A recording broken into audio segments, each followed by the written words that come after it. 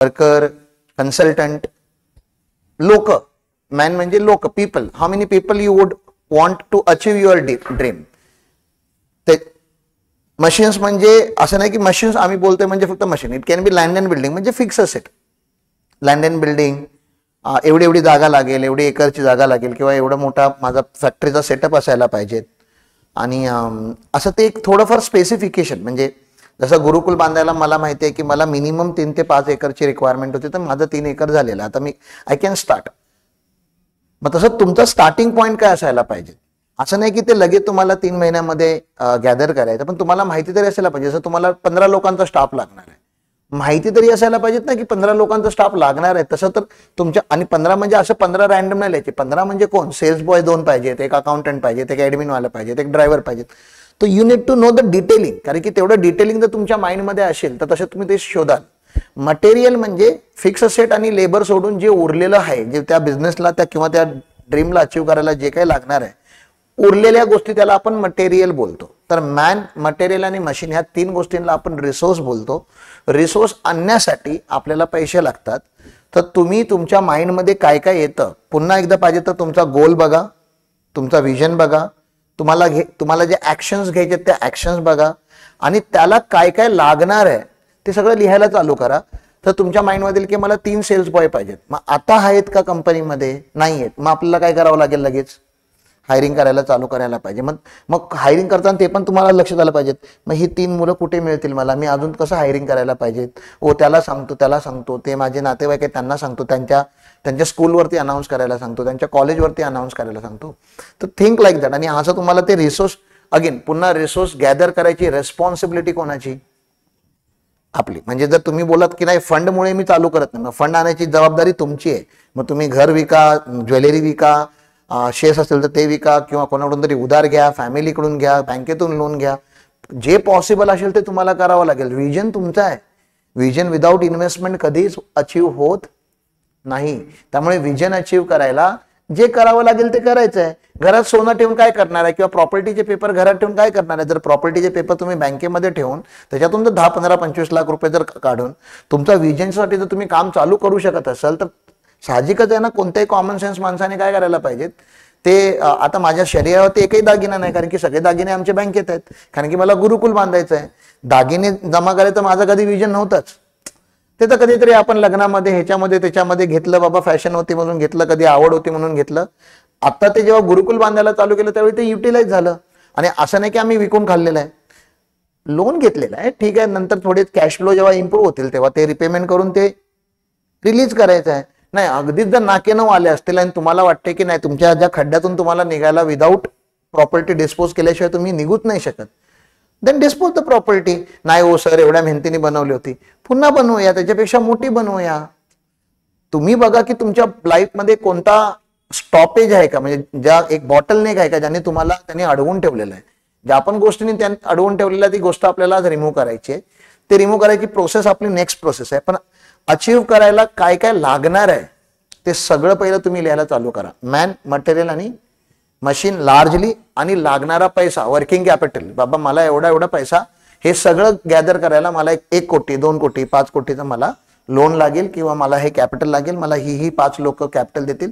त्यांची नावं इथे लिहायची नाहीत, पण तुमच्या ती लक्षात असायला पाहिजे. तुम्हाला तुमचा गोल अचीव्ह करण्यासाठी लागणाऱ्या ज्या गरजा आहेत त्याला आपण रिसोर्सेस बोलतो. टेक युअर 5 to 10 minutes आणि लिहा, ते सगळे रिसोर्सेस लिहा. कारण की रिसोर्सेस लिहिलात तर तुम्हाला ते दिसायला चालू होतील मार्केटमध्ये की हा मला हे पाहिजे होतं, हे मी शोधत होतो. तसं लिहायला चालू करा सगळ्यांनी. काही डाऊट असेल तर विचारा.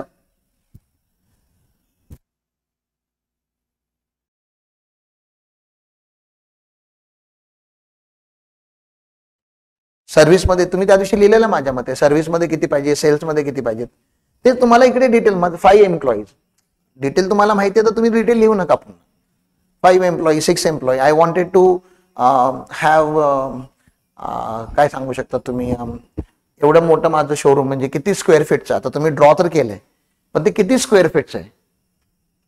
5000 स्क्वेअर फीटचं मला शोरूम लागेल. मग ते आता लिहा 5000 स्क्वेअर फीट. मग 5000 स्क्वेअर फीट म्हणजे 5 गुंठे. मग 5 गुंठे मी कुठून आणणार. हा ठीक आहे. मग त्यांची ती जमीन आहे, किंवा ह्यांची भले विकत नाही घेतलं तर लीज वरती घेऊ शकतो. ना, म्हणजे प्रत्येक गोष्ट विकत घ्यायची गरज नाहीये. लीज वरती पण घेऊ शकता, जेवी वरती घेऊ शकता, कोणाबरोबर तरी एकत्र काम करू शकता. बाबा तुझं वेगळं माझं वेगळं कशाला, चला आपण एकत्र येऊन दोघांचं करूया. So you write down what you required. जेवढ्या डिटेलमध्ये लिहू शकता तेवढं चांगलं आहे.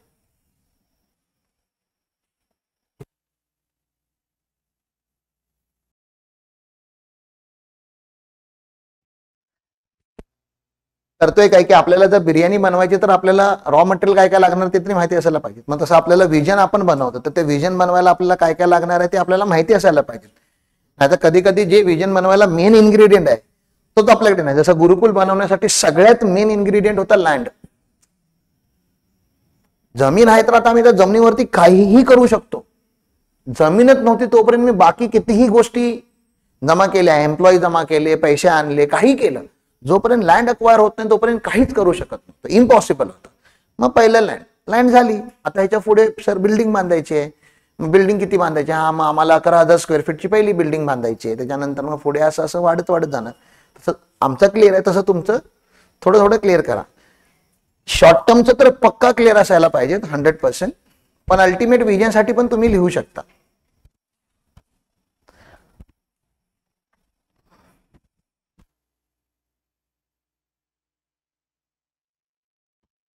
तुमची डिलिव्हरी व्हॅन आहे तर ती डिलिव्हरी व्हॅन तुमच्या नावाची असायला पाहिजे. मग व्हॅन लागेल मला एखादी.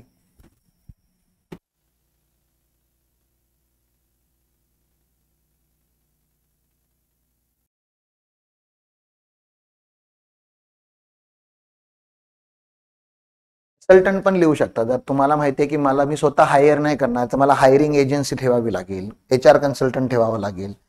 माझ्याकडे जर सिक्युरिटी गार्डची गरज आहे तर मी स्वतः सिक्युरिटी गार्ड अपॉइंट करत नसेल तर मला सिक्युरिटी गार्डची एजन्सी ठेवावी लागेल. सोशल मीडिया मार्केटिंगची मला एजन्सी अपॉइंट करावी लागेल. ट्रान्सपोर्ट सिस्टमला मला जर माझं स्वतःचा ट्रान्सपोर्ट नसेल तर मला एखाद्या ट्रान्सपोर्टर 2-3 ट्रान्सपोर्टर बरोबर मला टाईप करावा लागेल. म्हणजे तुमच्या विजनला अचीव करण्यासाठी लागणाऱ्या गोष्टी त्या तुम्ही लिहायच्या आहेत. मला एवढं मोठं ऑफिस लागेल, तुमचं ऑफिस लॅविश असायला पाहिजे. मी नेहमी बोलतो की फाउंडर जिथे बसतो ना ती जागा खूप अशी प्रीमियम असायला पाहिजे. घर कसंही असलं तरी चालेल, घर कसंही चालेल, फॅक्टरी कशीही चालेल त्यातल्या त्यात, पण जिथे फाउंडर बसतो आणि विचार करतो ती जागा एवढी प्रीमियम असायला पाहिजे आणि एवढी छान असायला पाहिजे, वेल मेंटेन असायला पाहिजे की तुम्हाला तिथे त्या तशा वाईब्स आल्या पाहिजेत रोज की दिस इज नेक्स्ट कॉर्पोरेट. मी एक नवीन कॉर्पोरेट स्टोरी लिहितोय अशी ती एक तुमची स्टोरी असायला पाहिजे. आणि ती केबिनमुळे बनते. तसं केबिन असणं गरजेचं आहे, खूप मोठं इम्पॉर्टंट आहे केबिन असणं. मग तसं लिहू शकता, एक कॉर्पोरेट बॉस केबिन वगैरे आपल्याला बनवायची आहे. लगेच तामझाम करायची गरज नाही, पण लिहून ठेवा. माइंड मध्ये असायला पाहिजेत की हे असं असं आहे. कारण की आपला मॅक्सिमम कॉन्शियस टाइम त्या केबिन मध्ये जाणार आहे.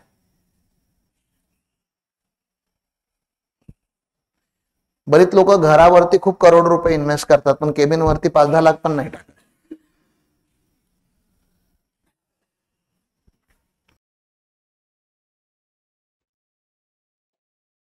रिसोर्सेस लिहिणं ह्याच्यासाठी गरजेचं आहे कारण की तुम्ही लिहिलात तर तुम्हाला ते मार्केटमध्ये दिसायला चालू करेल. त्याला तुम्ही शोधू शकता कॉन्शियसली. म्हणून लिहिणं गरजेचं आहे की आपल्याला काय हवंय. स्पेसिफिक आस्क बोलतो आपण सॅटर्डे क्लब मध्ये याला, की ही माझी आस्क आहे, आता दिस इज व्हॉट आय नीड. हे भेटलं तर मी पुढे माझं काम चालू करू शकतो.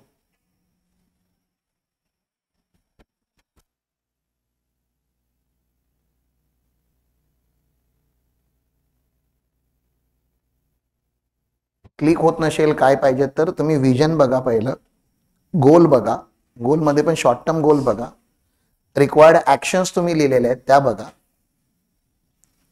तिथून काय काय तुम्ही गॅदर करू शकता आणि त्याच्या हिशोबाने मला एवढे रिसोर्सेस गॅदर करायचे तर माझं व्यवस्थित चालतंय असं आहे.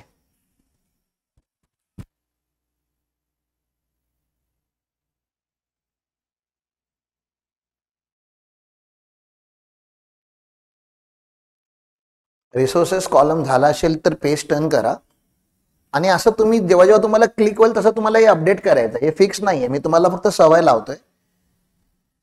पुढे जो पेज ओपन झाला त्या पेजचं नाव आहे स्ट्रेंथ, विकनेस, अपॉर्च्युनिटी आणि थ्रेट. सगळ्यात पहिलं तुम्हाला तुमची स्ट्रेंथ लिहायची. तुमची किंवा तुमच्या बिझनेसची दोन्ही स्ट्रेंथ तुम्ही तिथे लिहू शकता.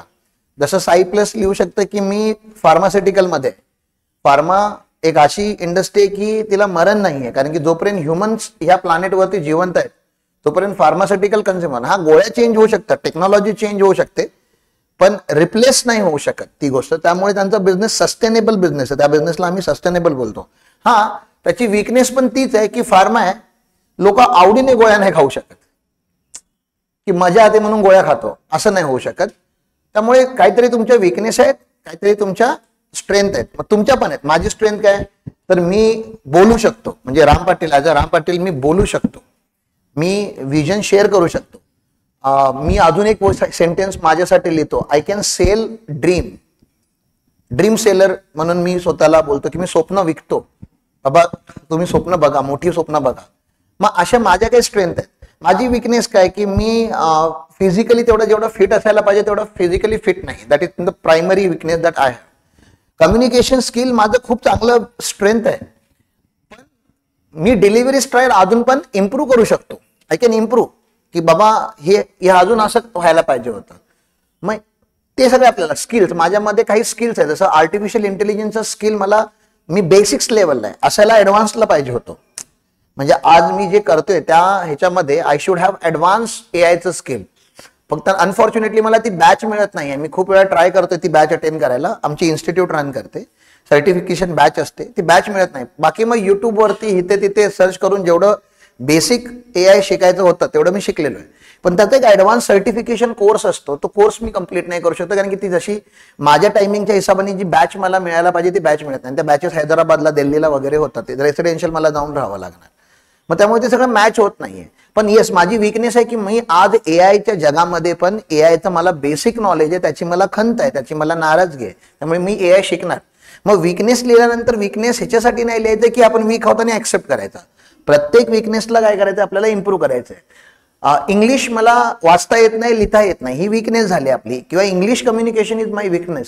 मग ती वीकनेसमध्ये लिहिलात तुम्ही, पण त्याच्यावरती काय करावं लागणार, इंग्लिश इम्प्रूव्ह करावी लागणार. इंग्लिश कशी इम्प्रूव्ह करायची असते किंवा कोणतीही कम्युनिकेशन स्किल कशी इम्प्रूव्ह करायची असते, ते जे येत नाही तुम्ही बोलताय तो आउटकम आहे. म्हणजे English speaking is a outcome. Outcome बाहेर निघण्यासाठी पहिलं कुठून तरी आत जायला पाहिजेत. मग एखादी गोष्ट आत कुठून जाते, तर आपल्याला इंग्लिश बघायला चालू करायला पाहिजे, व्हिज्युअल मेमरीमध्ये असायला पाहिजे. म्हणून मूवी वगैरे बघताना थंबनेल खालते आपल्या ह्याच्या बरोबर काय बोलतात त्याला, सबटायटल बरोबर तुम्हाला बघायचं, म्हणजे इंग्लिश तुम्हाला बघायचं आहे. ते झालं मूवीमध्ये. तुम्हाला इंग्लिश रीड करायची आहे, मग पुस्तकं असू देत किंवा काही असू देत, इंग्लिश मधल्या गोष्टी तुम्हाला रीड कराव्या लागणार. मग हे झालं तुमच्या व्हिज्युअल मेमरीमधून. सर नमस्कार करून बसा. तर तुमच्या व्हिज्युअल मेमरीमधून तुम्हाला इंग्लिश पहिलं बघायचंय, इंग्लिश ऐकावं लागेल ना. तुम्हाला माहिती आहे जो बहिरा असतो तो मुका पण असतो, जो सुन नाही सकता वो बोल नहीं सकता. त्याचा इकडे वोकलला काहीच प्रॉब्लेम नाहीये, वोकल त्याचं सगळं व्यवस्थित आहे, फक्त त्यांनी कधी आवाज ऐकलाच नाही, त्याला शब्द हे माहितीच नाहीत. तो जिसने इंग्लिश कभी सुना ही नहीं वो इंग्लिश बोलेगा कैसे. तो if you want to speak English और better English, you need to listen better English. म्हणजे तुम्हाला जर लाईफ मध्ये लिडरशिप बोलायची असेल तर पहिलं लिडरशिप ऐकावी लागेल. मग लिसनिंग स्किल तुम्हाला वाढवा, मग तुमचे व्हिज्युअल स्किल्स तुम्हाला वाढवावे लागतील, तुमचे लिसनिंग स्किल तुम्हाला वाढवावे लागतील. त्यानंतर तुमचे थिंकिंग स्किल तुम्हाला वाढवायचे. You need to think in English. Oh I am fine, I am going here, I am attending the classes, I am enjoying my learning. जे तुम्ही मराठीमध्ये विचार करून मग त्याला इंग्लिशमध्ये ट्रान्सलेट करून बोलता, ब्रेन एवढा वेळ नाही देत. त्यामुळे जर तुम्हाला इंग्लिश बोलायचं असेल तर you need to think in English. इंग्लिशमध्येच विचार करायला चालू करा. आणि विचार करताना तुम्हाला ग्रामर शिकायची गरज नसते ना. विचार करताना तुम्हाला जनरल, जसं आपण मराठी पण ग्रॅमॅटिकल मराठी कधीच नाही बोलत आहोत. Whatever Marathi we are speaking और whatever Hindi also we are speaking it's not grammatically correct. मग तसं इंग्लिश पण तुम्हाला ग्रॅमॅटिकली करेक्ट किंवा सेंटेन्स स्ट्रक्चरिंग त्याचं ते प्रॉपरच असायला पाहिजे. हु सेड दॅट, काय गरज नाहीये. समोरच्याला तुमचा मेसेज जातोय ना, बस झाला. आणि समोरचा मेसेज तुम्हाला येतो, बस झाला. तर think in English, read English, watch English, listen English, write English. English लिहायला चालू करा. मग डायरीमध्ये लिहिताना, मेसेज लिहिताना इंग्लिशमध्ये लिहायला चालू करा. हे सगळं करत असताना कधी ना कधी काय होणार, एक दिवस तुम्ही थोडं मराठी थोडं इंग्लिश, थोडं मराठी थोडं इंग्लिश, थोडं मराठी थोडं इंग्लिश, मग त्याचा पर्सेंटेज जो असतो कम्युनिकेशन मध्ये तो वाढत वाढत वाढत जातो आणि sometime suddenly you speak very fluent English without realising. तुम्ही जर खूप एफर्ट टाकून इंग्लिश शिकायचा प्रयत्न केलात तर ते होत नाही. दिस इज वन थिंग. कम्युनिकेशन स्किलला घेऊन लागणारी जी गोष्ट आहे ती मी तुम्हाला सांगितली. अशा तुमच्या स्ट्रेंथ काय आहेत आणि अशा तुमच्या विकनेस काय आहेत. विकनेस आणि स्ट्रेंथ आपल्या असतात, आपल्या बिझनेसच्या असतात, इंटरनल असतात. अपॉर्च्युनिटी आणि थ्रेट कुठल्या असतात? अपॉर्च्युनिटी कुठे असते? अपॉर्च्युनिटी आतमध्ये नसते. अपॉर्च्युनिटी म्हणजे काय? संधी. संधी कुठे असते? मार्केटमध्ये. आणि आपल्या बिझनेसला जी भीती असते, जसं ई कॉम इथे येऊ शकते, ही एक भीती आहे. मग आपला ट्रेडिंगचा बिझनेस कमी होणार.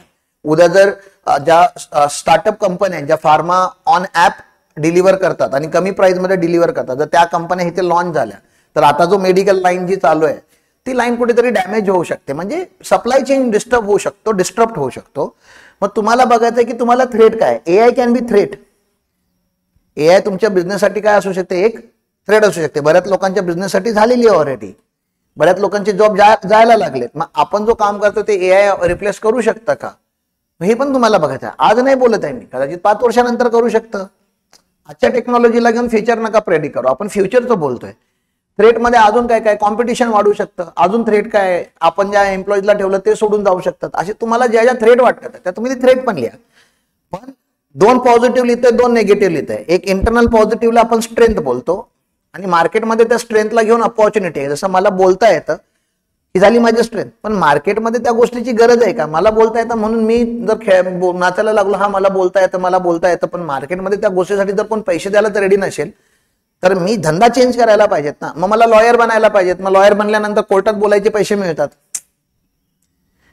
मग तुम्ही रॉंग मार्केटमध्ये असाल तर तुम्हाला बोलायचे पैसे नाही मिळणार ना. मी आता नाक्यावरती वरून भाषण द्यायला चालू केलं तर मला कोणी तिथे ऐकायला येणार नाहीये.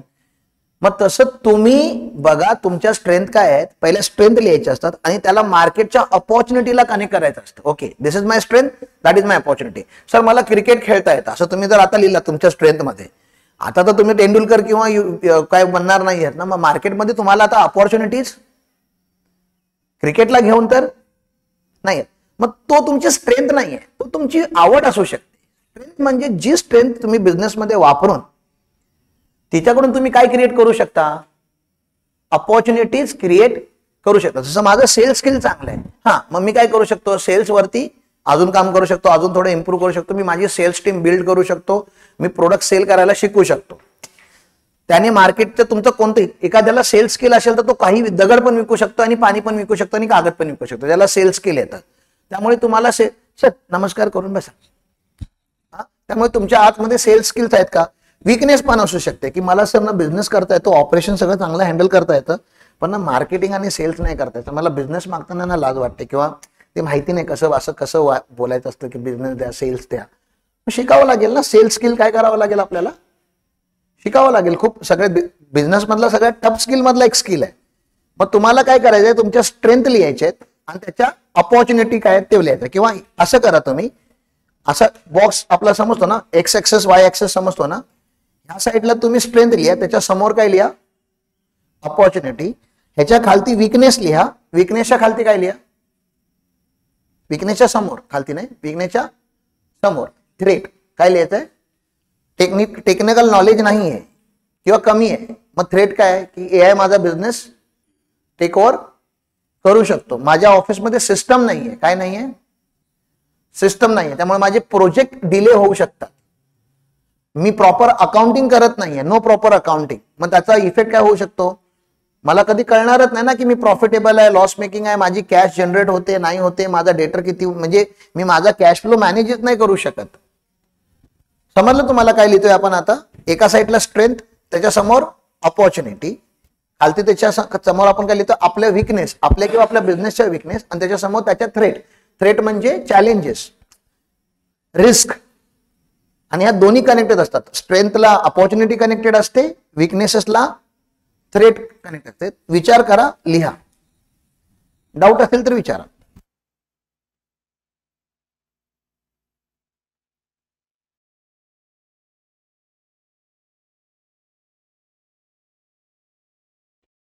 बोला.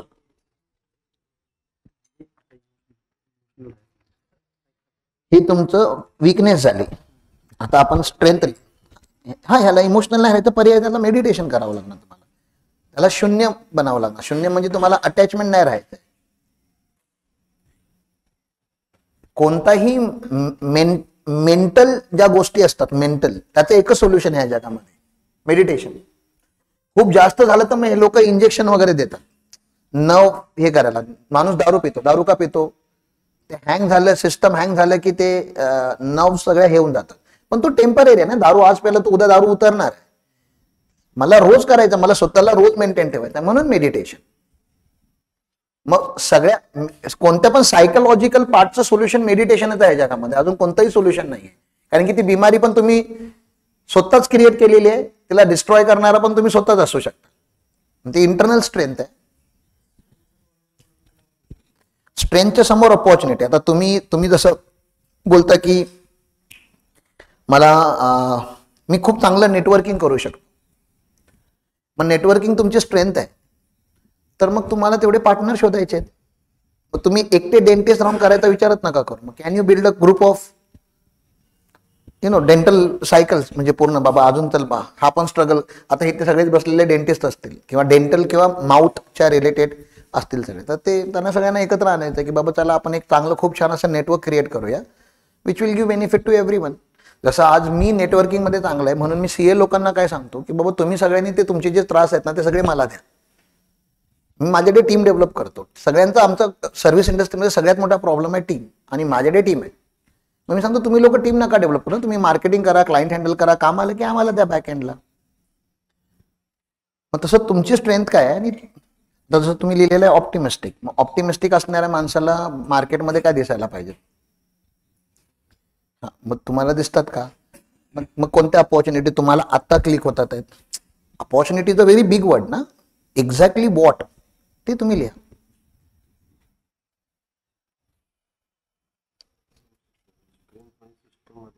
तुम्हाला सिस्टम मध्ये चालवायचं आहे, बरोबर, ठीक आहे. हे सेल्स तुमची स्ट्रेंथ बनायला पाहिजे. मग आता आहे का तुमची सेल्स स्ट्रेंथ? मार्केटिंग म्हणजे आता ही तुमची स्ट्रेंथ आहे की विकनेस आहे? स्ट्रेंथ आहे ना, तुम्ही करताय, सेल्स करताय, मार्केटिंग करताय, चालेल, काही प्रॉब्लेम नाही. मग तुमचा सेल्स वाढेल, मार्केटमध्ये तुम्हाला नवीन नवीन ऑर्डर मिळतील, चांगलं आहे. विकनेस काय? विकनेस लिहा, आणि विकनेसमुळे थ्रेट काय आहेत? त्याच्या अगोदर आपण फक्त रिसोर्सेस लिहिणार होतो, ते तुम्ही नंतर लिहा. आता रिसोर्सेस, मॅन, मटेरियल, मशीन आणि मनी. तुमचं विजन अचीव करण्यासाठी, गोल अचीव करण्यासाठी काय काय लागणार आहे तुम्हाला ते इथे लिहायचं आहे. आता आपण तुमच्या स्वतःचा इव्हॅल्युएशन करतोय. अच्छा, स्ट्रेंथ अनालिसिस, सॉर्ट अनालिसिस जो आहे ना, तुम्हाला चॅट जीपीटी वरती ऍक्च्युअली करायचं आहे. कशावरती करायचं आहे? चॅट जीपीटी वरती करायचं आहे. पण चॅट जीपीटी वरला नंतर सांगूया ना, पहिला आपण आपल्या आतमधून येऊ देत की माझ्या बिझनेसची स्ट्रेंथ काय. तुम्हाला चॅट जीपीटीला तुमचा पूर्ण बिझनेस फीड करायचा आहे, किंवा तुम्ही जसे आहात तसं सांगायचं आहे. मग मी काय काय चॅट जीपीटीला सांगणार, मी असंच लिहिणार, my name is Ram Patil, I am a chartered accountant, I am 38 years old. माझं पूर्ण क्वालिफिकेशन चॅट जीपीटीला सांगणार. मी आता काय काय करतो ते मी चॅट जीपीटीला सांगणार. I am running a consulting business. I'm running a CA firm which is having these many partners. I'm having a Elite Gurukul Limited as a company. I'm a founder of a company. Which company is engaged into business coaching and business consultancy. Please design my SWOT analysis. तुम्ही त्याला turnover सांगू शकता, existing employee सांगू शकता, सगळं म्हणजे जेवढं maximum तुम्ही त्याला डेटा फीड करायचा आहे. एकदा तुमचा डेटा त्याने पिकअप केला की तो स्वतः तुम्हाला सांगायला चालू करतो. पण चॅट जीपीटी किंवा एआय वापरायच्या अगोदर तुम्हाला स्वतःला तरी कळायला पाहिजे ना, माझी स्ट्रेंथ काय, देशमाने सरांची स्ट्रेंथ काय. देशमाने सरांची स्ट्रेंथ जर देशमाने सरांना नाही कळत, मग देशमाने सर 100 लोकांमध्ये वेगळे का, ती आपली स्ट्रेंथ असू शकते. बाबा मी वेगळा आहे त्यासाठी, मी मग इमोशनल ऍक्च्युअली वीकनेस असते. मी ते तुम्ही याच्या अगोदर सांगितलं की जर माणूस इमोशनल असेल तर स्ट्रेंथ नाही. कधी कधी बोलतात की मी खूप प्रेमळ आहे, किंवा मी खूप रागीट आहे, किंवा मी शॉर्ट टेम्पर्ड आहे. हे सगळे इमोशन्स आहेत. इमोशनल माणूस, emotion is a weakness. Emotional माणसाला कोणी चुना लावू शकतं. जर तुम्ही इमोशनल असाल तर मी तुमच्या बरोबर येऊन जर असं काहीतरी मी आहे ते असं काहीतरी केलं की यू गो, अरे हा जाऊ देत, असं यू सरेंडर इमिजिएटली, कारण की तुम्ही इमोशनल आहात. तुम्हाला जसा हाय तसं दिसायला पाहिजे. मग तो ऍक्टिंग करतोय का, तो काहीतरी वाढवून सांगतो. कधी कधी आपले कान भरणारे लोक खूप असतात, म्हणजे त्या थर्ड पर्सनने काही केलेलं नसतं, किंवा त्यांनी केलेलं असतं, पण तो सांगणारा जो असतो ना तो त्या इंटेन्सिटीने तुम्हाला सांगत असतो ना की ते तुम्ही एवढ्याचं एवढं करता ना, आणि ते भरलेले कान घेऊन मग तुम्ही ते कोणाबरोबर तरी जाऊन इंटरॅक्ट करता किंवा त्या व्यक्तीवरती ऍक्शन घेता. मग असं नको व्हायला. हे तुम्ही ही तुमची वीकनेस आहे की जर तुमचे कान कोणतरी भरू शकतात. गॉसिपिंग, तुमचे कान कोणीतरी भरल्यानंतर ते कान तुमचे भरतात आहेत आणि तुम्ही त्याला व्हॅलिडेट करत नाहीयेत, मग तुम्ही वीक आहात. तुम्हाला समोरच्याची पण बाजू समजून घेता आली पाहिजे. त्याला अंडरस्टँडिंग नेचर बोलतो आपण. मग समोरच्याचं पण मला समजून आलं पाहिजे. मग अशा तुमच्या स्ट्रेंथ काय? तुम्ही अंडरस्टँडिंग आहात, तुम्ही लर्नेबल आहात की नाही आहात, तुम्ही शिकायला रेडी आहात की नाही ते पण बघा. कारण की जर तुम्ही शिकायला रेडी नसाल मेंटली तर तुम्हाला शिकवणं किती डिफिकल्ट असू शकतं. मग तुम्ही लर्नेबल आहात. मी लर्निंग आहे, मी लाईफ टाईम स्टुडंट राहायचे. माझी इच्छा आहे की मला मरेपर्यंत स्टुडंट राहायचं, मला मरेपर्यंत अभ्यास करायचा. माझी स्वतःची पर्सनल इच्छा आहे. That is my strength. असं नाही की मला अभ्यास म्हणजे पुस्तकं वाचता येते त्यामुळे मला धंदा करता येणार नाही किंवा माझी वीकनेस आहे. पण माणूस जेवढा अभ्यास करेल तेवढा पुढे जातो हे मला कळालेलं आहे. मग मी अभ्यास करत राहील. मला परीक्षा पास होण्यासाठी अभ्यास नाही करायचा, मला आवड आहे म्हणून करायचं.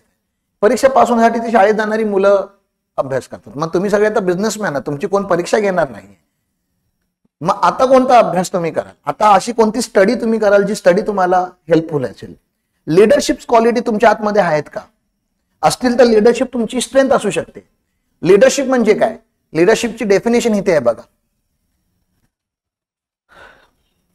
You are not a leader until you have produce another leader who can produce another leader. You are not a real leader till the time you have produce a leader who can produce another leader. माझ्या भाषेमध्ये आप leader तभी हो जो जब आप महताब बन चुके हो. जो राम बनाता है, जो अगला महताब बनाता है. प्लीज अंडरस्टँड दिस. तुम्हाला असा कृष्ण बनायचा आहे जो अर्जुन बनवतो, नंतर असा अर्जुन बनायचा आहे जो कृष्ण बनवतो. कारण की मार्केटमध्ये अर्जुनची गरज नाही आहे. मार्केटमध्ये अर्जुन खूप आहेत. मार्केटमध्ये जी स्केअरसिटी आहे ती आहे लीडरशिप. तुम्हाला जर एखादा एम्प्लॉय मिळाला ज्याच्यामध्ये लीडरशिप स्किल आहेत, आवडेल का तुम्हाला? लीडरशिप स्किल आहे त्याच्या आतमध्ये, म्हणजे तो लीड करतोय. अजून एक लीडर आणि नॉर्मल लोकांमध्ये फरक सांगतो. लीडर ना प्रोएक्टिव्ह असतो आणि ज्यांच्यामध्ये लीडरशिप नसते ना ते रिएक्टिव्ह असतात. प्रोएक्टिव्ह आणि रिएक्टिव्ह हा शब्द तुम्हाला समजतोय?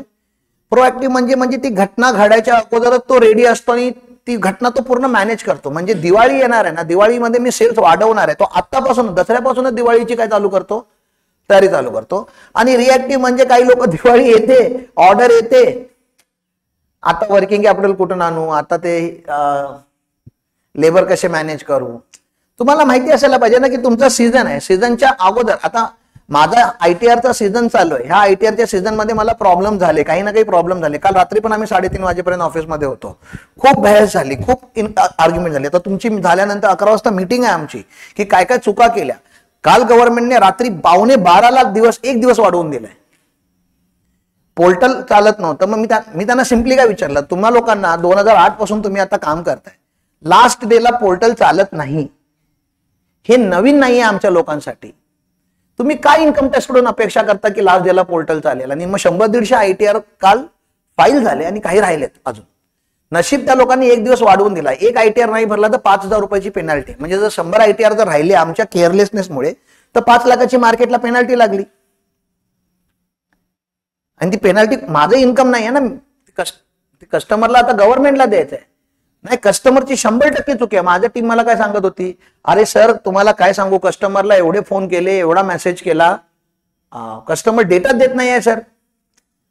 तो कस्टमर आहे, त्याने जर तुम्हाला डेटा दिला आणून असा हातावरती, मग तुमचा स्किल कुठे आहे? तो देत नाही. हे त्यांना सवय झालेली आहे न देण्याची, किंवा ते लोक सिरियसली घेत नाही. जसा तुम्हाला आरटीओचा लॉ माहितीये तसा तुम्हाला इन्कम टॅक्सचा लॉ नाही माहिती ना, की इन्कम टॅक्स किती वाट लावू शकतो, आपली जीएसटी किती वाट लावू शकतो. हे माहिती नसल्यामुळे तुम्ही इन्कम टॅक्सला आणि जीएसटीला आरटीओच्या लॉ पेक्षा लाईटली घेता. आरटीओ लावून पेनल्टी 1000, 2000, 5000 लावतो. आरटीओ तुमच्या प्रॉपर्टी कधी सीज नाही करू शकत. इन्कम टॅक्स आणि जीएसटी हे दोन एवढे पॉवरफुल डिपार्टमेंट आहेत इंडियातले की तुम्हाला ते अरेस्टही करू शकतात तुमच्यावर तुमच्या सगळ्या बँक अकाउंट आत्ताच्या आत्ता फ्रीज करू शकतात, सगळ्या प्रॉपर्टी फ्रीज करू शकतात, विकलेल्या प्रॉपर्टी, बायकोच्या नावावरती, मुलाच्या नावावरती असलेल्या प्रॉपर्टी पण ते लोक फ्रीज करू शकतात. तुमचे जेवढे डेटर्स आहेत ज्यांच्याकडून तुम्हाला पैसे येणार आहे त्यांना ते लोक नोटीस पाठवतात. ज्या कंपनीमध्ये तुम्ही जॉब करत असाल त्या कंपनीला नोटीस पाठवतात की ह्याला पैसे देऊ नका, हा इन्कम टॅक्सचा डिफॉल्टर आहे, आम्हाला पैसे द्या कारण की ह्याने डिफॉल्ट केलेला आहे. एवढे पॉवरफुल लोक आहेत ते. आणि त्याला जर मार्केट सिरियसली घेत नाहीये तर ती मार्केटची चुकी आहे, पण जो माणूस त्या ह्याच्यामध्ये काम करतोय त्याने तरी त्याला सिरियसली घ्यायला पाहिजे. मग ह्या सीझन मध्ये काही ना काही चुका झाल्या, काहीतरी विकनेस कळाली मला. आता मी जर शहाणा असेल तर मला काय करायला पाहिजे? पुढचा सीझन चालू व्हायला सर मला आता 1 वर्ष आहे. पुढचा सीझन सप्टेंबरला येणार आहे. ह्या सप्टेंबरचा आता झाला, अर्धा गेला सप्टेंबर, अर्धा बाकी आहे. पुढचा सप्टेंबर येणार आहे. 12 महिन्यानंतर पुन्हा सप्टेंबर येणार आहे, पुन्हा ITR होणार आहे, पुन्हा माझे नंबर ऑफ क्लायंट वाढलेले असणार पुढच्या वर्षापर्यंत. मग मी ह्या पूर्ण 12 महिन्यामध्ये काय काय करायला पाहिजे तुम्ही मला सांगा ना. तुम्ही माझे कोच बना, म्हणजे तुम्हाला ना कळेल की मी तुम्हाला काय सांगण्याचा प्रयत्न करतोय. 1 एप्रिलपासूनच फॉलोअप घ्यायला चालू करायला पाहिजे. बुक्स ऑफ अकाउंट क्लोज करून घ्यायला पाहिजे जूनच्या आतच. बॅलन्स शीट सगळ्या बनायला पाहिजेत. आणि हे सगळं कसं करायचं त्याची मला पहिली माझ्या टीमला ट्रेनिंग द्यावे लागणार. टीमला ट्रेनिंग देण्यासाठी जर एप्रिल पासून मला जर त्यांच्याकडून काम करून घ्यायचं आहे, मला हायरिंग कधी करावी लागेल? जानेवारी पासून मला, म्हणजे मिनिमम 3 महिने तरी त्यांना, मला 3 महिने लागतात एखाद्या मुलाला बेर मिनिमम ट्रेनिंग द्यायला. मग 3 महिन्या अगोदर त्याला मला ट्रेन करावं लागेल. ट्रेनिंग देण्यासाठी मला काही सिस्टम असेल तर मी त्याला इझिली ट्रेनिंग देईन. नाहीतर गदा मजुरी सारखं ये रे बाबा बस रे शिकवतो रे बाजूला, मग ते बाजूला घेऊन त्याला शिकवलं रे, मग तो परत सोडून जाणार. मग ते आणि असं कुठे सिस्टम नाही, कुठे रेकॉर्डिंग्स नाही, काही नाही. नवीन एम्प्लॉय आलं की परत 6 महिने त्याला परत सगळे ये रे बाबा बाजूला बस रे, असं चालू करायचं रे. ते जर सिस्टम असतं तर मग त्याच्यात 3 महिने मागे येऊन मला काय क्रिएट करावं लागेल? पहिला सिस्टम, त्याच्यानंतर हायरिंग झाल्यानंतर ट्रेनिंग झाल्यानंतर रिव्ह्यू, असं मला करावं लागेल. मग माझे विकनेस मला कळल्यानंतर जर माझ्या आतमध्ये लिडरशिप क्वालिटीज आहेत तर मी प्रोएक्टिव्ह ऍक्शन्स घेणार. आणि माझ्या आतमध्ये जर लिडरशिप नसेल तर मी रिएक्टिव्ह राहणार. त्यास लगने के बाद कुआ खोदना ये लीडरशिप आहे क्या? मग ऑर्डर मिळाल्यानंतर टीम बनवतो, सिस्टम बनवतो, असं ह्या जगामध्ये कधीच होत नाही. पहिलं पेरावे लागतं मग उगतं ना. मग आपण पेरतच नाहीये म्हणून उगत नाहीये, कारण की आपण रिएक्टिव्ह आहोत. आपण पहिलं बोलतो, पहिलं घेतो ऑर्डर वगैरे येऊ दे, सिस्टम म्हणजे असं थोडं पैसे येऊ दे, थोडं हे होऊ दे, त्याच्यानंतर मी करतो. बिझनेसमध्ये असं कधीच होत नाही. तुम्हाला सगळ्या गोष्टी कराव्या लागतात आणि त्यानंतर तुम्हाला अपॉर्च्युनिटी देतात. माझं ऑफिस वरती जेव्हा बनत होतं, हा फ्लोर जेव्हा बनत होता, त्याचवेळी आम्ही ह्या फ्लोरचा डिझाईन चालू केला होता, बेंचेस बनवायला चालू केले होते. हे बेंचेस 2021 मध्ये बनलेत, यूज 2025 मध्ये प्रॉपरली व्हायला लागलेत. हे तुमच्या लोकांसाठी बनले होते, बिझनेस कम्युनिटीसाठी बनले होते, BLS साठी बनले होते. मग तोपर्यंत तुम्ही नव्हता तोपर्यंत आमची मुलं वापरायची अभ्यास करायला, क्लासेस घ्यायला, टीमला ट्रेनिंग घ्यायला. पण तो मेन पर्पज नव्हता, त्याचे तुम्ही कधी 1 रुपये पण कमावला नाही. एखादा असेट जर तुम्ही क्रिएट केला तर त्या असेट मधून तुम्हाला काहीतरी रिटर्न्स आले पाहिजे. ते रिटर्न्स आत्ता यायला चालवलेत. मग मी पहिले बॅचचे ऍडमिशन घेतो, नंबर ऑफ पार्टिसिपेंट कन्फर्म करतो, मग बेंचेस बनवतो, मग टीव्ही लावतो, मग कॅमेरा लावतो. हे चुकीचं आहे ना. ह्याला रिएक्टिव्ह बोलतो आपण. आणि असा धंदा कधीच होत नाही. तुम्हाला पहिलं इन्व्हेस्ट करावं लागतं, सगळं क्रिएट करावं लागतं, त्याच्यानंतर तुम्हाला कदाचित बिझनेस होऊ शकतो. तर प्लीज अंडरस्टँड, तुमच्या आतमध्ये लिडरशिप स्किल असायला पाहिजे. स्टोरी टेलिंग येते का? गोष्ट सांगता येते का? इंग्लिश मध्ये सांगायची गरज नाही, पण ऍटलिस्ट एखाद्याला कन्व्हिन्स करण्यासाठी काय सांगता आलं पाहिजे, गोष्ट सांगता. मग स्टोरी टेलिंग येत असेल तर स्ट्रेंथ आहे, नसेल येत तर विकनेस आहे. मग वाढवायचं कसं ते सांगतोय ना. लिडरशिप कशी डेव्हलप करायची, लिडरशिप डेव्हलप तुम्हाला कळणार तरी कधी? मला सांगा, तुमच्या आतमध्ये लिडरशिप आहे की नाही आहे हे तुम्हाला कळणार तरी कधी? रिअलाइज कधी होणार?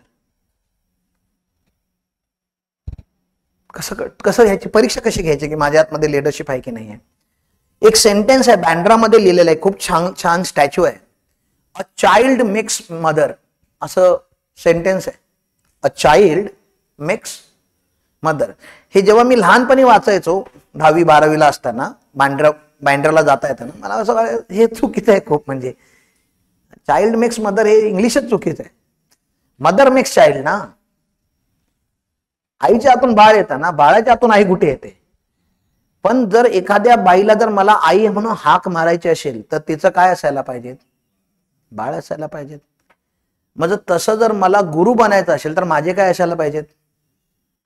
शिष्य असायला पाहिजेत, स्टुडंट असायला पाहिजेत. मग तसं जर मला लीडर बनायचं असेल तर पहिलं ज्यांना मी लीड करणार आहे ते कोण? टीम असायला पाहिजेत. जर तुमच्याकडे टीम आली आणि जर ती टीम थांबली तर समजायचं तुमच्याकडे लीडरशिप स्किल आहेत. तुमच्याकडे टीम येतच नसेल आणि तुमच्याकडे टीम थांबतच नसेल तर टीमचा प्रॉब्लेम नाहीये, मार्केटचा प्रॉब्लेम नाही आहे, तुमच्या लीडरशिपचा आणि स्टोरी टेलिंगचा प्रॉब्लेम आहे. डॉक्टर साहेबांना जर मी सांगितलं जाऊन मला ताप आलेला आहे किंवा मला लूज मोशन होतात, कालपासून लूज मोशन होतात, आम्हा दोघांना पण होतात, प्रॉब्लेम सांगितला, आता ते काय सांगणार? ताप, लूज मोशन ह्या सगळे सिम्पटम आहेत, हा आजार नाही आहे. हे काय सिम्पटम? सिम्पटम म्हणजे काय? आता त्याला काय बोलतात? सिम्पटमला लक्षण आहे. ह्याचं काहीतरी काय असतं त्याच्या खालती कारण ना, सोर्स असतो याचा प्रत्येक सिम्पटम. मग माझ्या बॉडीमध्ये एखादा फॉरेन एलिमेंट गेला असेल, फॉरेन एलिमेंट म्हणजे असा एखादा व्हायरस किंवा काहीतरी मी असं काहीतरी अनापशनाप खाल्ला असेल जे माझ्या स्टमकला किंवा माझ्या सिस्टमला समजत नाही, त्यामुळे मला डायरिया चालू होऊन लूज मोशन होतं, माझी बॉडी सगळं डिस्चार्ज करायला लागली. आणि जेव्हा बॉडी डिस्चार्ज करते, बॉडी फक्त त्या व्हायरसला नाही डिस्चार्ज करत, जे काय तिला भेटतं रस्त्यामध्ये सगळं डिस्चार्ज. मग तुम्हाला सोर्स ऑफ द प्रॉब्लेम समजायला पाहिजे. स्टॉक टिकत नाहीये किंवा मला कस्टमर मिळत नाही किंवा माझा कन्व्हर्जन रेट कमी आहे, हा सिम्पटम झाला. हा काय झाला? हा प्रॉब्लेमच नाहीये. ह्याला तुम्ही प्रॉब्लेम बोलूच नका, माझ्याकडे पैसा टिकत नाही, हा प्रॉब्लेम नाहीये, हा सिम्पटम झाला, हा ताप झाला. ताप का आलाय? ओके, मलेरिया झालाय, डेंग्यू झालाय, मच्छर चावला होता, कुठेतरी पाणी प्यायला होतात. तुम्हाला आता सोर्स ऑफ प्रॉब्लेम शोधावा लागेल. मग leadership skill, communication skill, story telling, proactiveness हे शब्द एक तर तुमची स्ट्रेंथ असणार, नाहीतर हे शब्द तुमची वीकनेस असणार. जर तुम्हाला हे येत असेल तर तुमची स्ट्रेंथ आहे, जर तुम्हाला येत नसेल तर ते वीकनेस आहे. आणि कोणतीही गोष्ट शिकण्याचा प्रयत्न, मी तुम्हाला हे सांगितलं, प्रोसेस एकच आहे, ते केल्याशिवाय तुम्ही शिकू शकत नाही. हा, युट्यूबवरती त्याचे व्हिडिओ वगैरे बघू शकता, how to develop leadership skill, how to develop story, पण ते व्हिडिओ बघून तुम्हाला 1, 2, 3, 4 पॉइंट कळणार. ऍक्च्युअली तुमच्या आतमध्ये स्टोरी टेलिंग येणारच नाही unless and until you stand somewhere here like this and you tell the stories. To improve communication skill, you need to communicate. To improve leadership skill, you need to lead.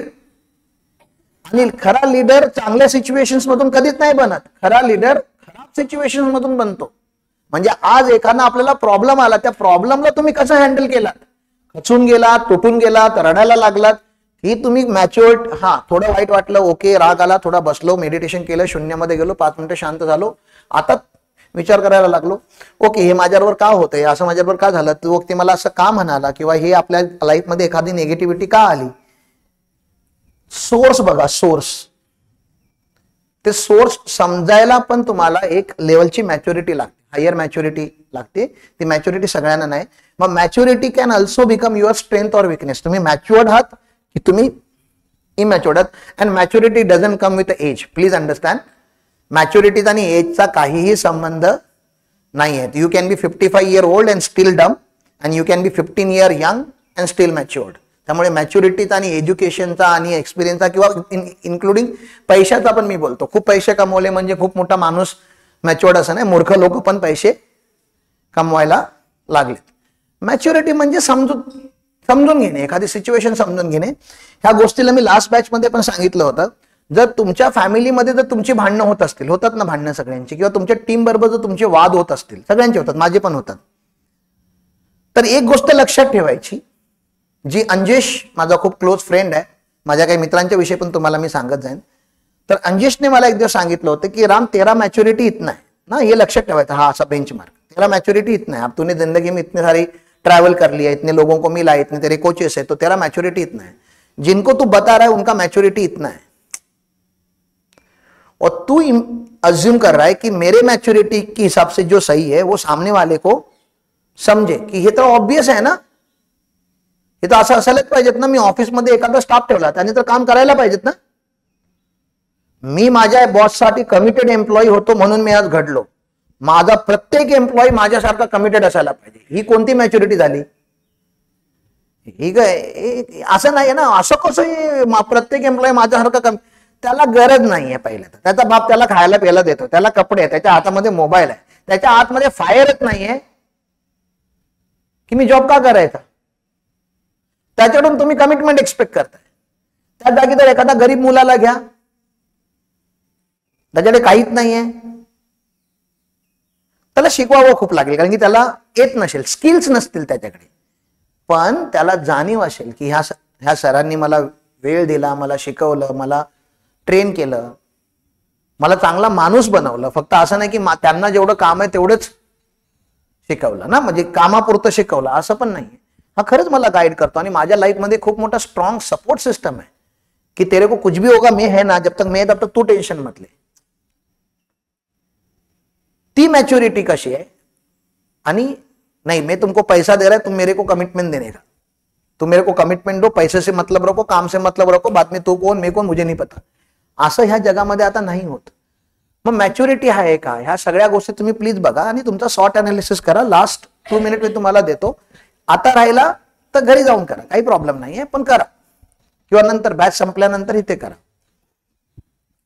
आपल्याला 1 to 1 मध्ये पण ह्या गोष्टी discuss करायच्या आहेत. काही काही weaknesses असतात त्या तुम्ही सगळ्यांच्या समोर बोलू शकत नाही, राईट. म्हणजे काही असतात, काही आयुष्यामध्ये घडलेल्या घटना असतात ना, त्यामुळे सगळ्यांच्या समोर कोणीतरी हे पण बोलू शकतो माझी बायको माझी विकनेस आहे, त्याचं काय करू. तर असं ते सगळ्याच गोष्टी सगळ्यांच्या समोर बोलू नये आपण. तर असायला पाहिजे. विकनेस जास्त असतील तर खूप छान आहे. तुम्हाला ऍटलीस्ट एरिया ऑफ इम्प्रूव्हमेंट कळाले ना.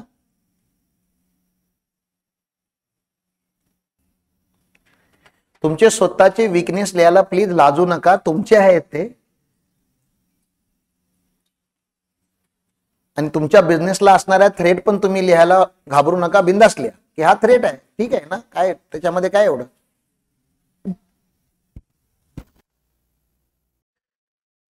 डन. आता नेक्स्ट पेज टर्न करा.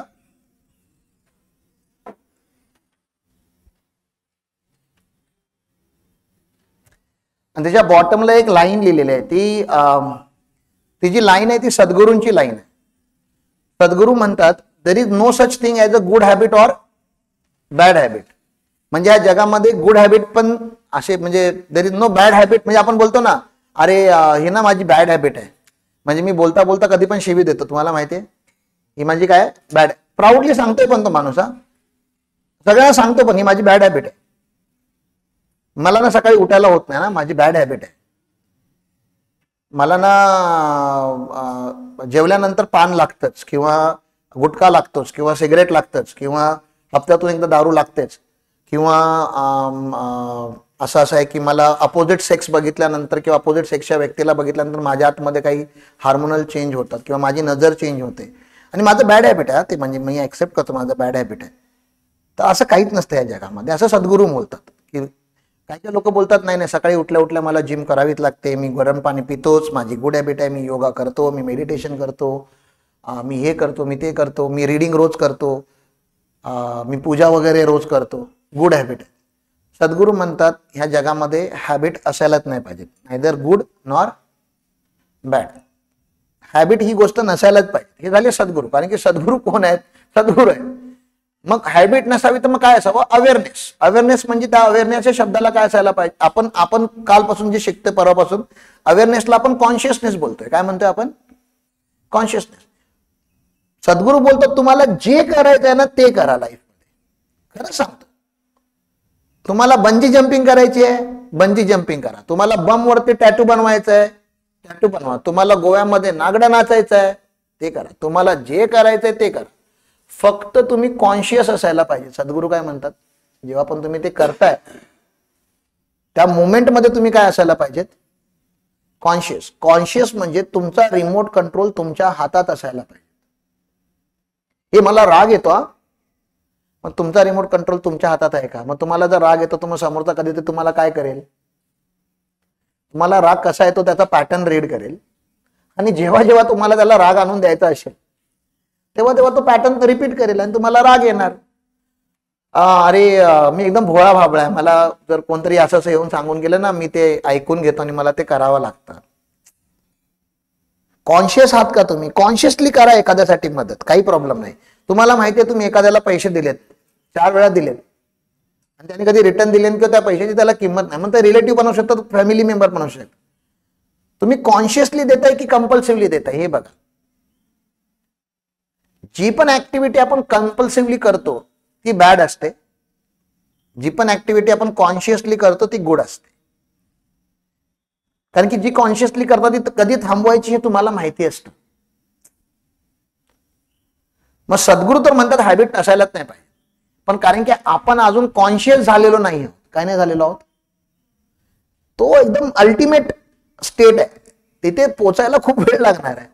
तर आपण तिथे ना हॅबिटच्या रस्त्याने पोचूया, कारण की आपल्याला कॉन्शियस कसं व्हायचं ना ते अजून माहिती नाहीये, पण हॅबिट कशा लावायची हे माहिती आहे. मग 9 वाजता उठायचा हॅबिट कोणी लावला? सूर्य डोक्यावरती आल्यानंतर उठायचा हॅबिट कोणी लावला? लावलं. हा पेरेंट्सने पण लावू शकतात, असं नाही की कोणाच्या घरामध्ये तो कल्चर असतो उशिरा उठायचा. काय काय पेरेंट बोलतात आमची मुलं रात्रीला झोपतच नाही, रात्री 2 वाजले 3 वाजले की उठतात, रात्रभर रडत असतात आणि दिवसभर झोपतात. त्याला एक दिवसभर झोपायला नका देऊ, एक हप्ता त्याला दिवसभर झोपायलाच नका देऊ, जागा ठेवा, रडू देत, भांडी फोडू देत, काय करायचं ते करू देत. पुढच्या हप्त्यात त्याला बरोबर रात्रीची झोप लागणार.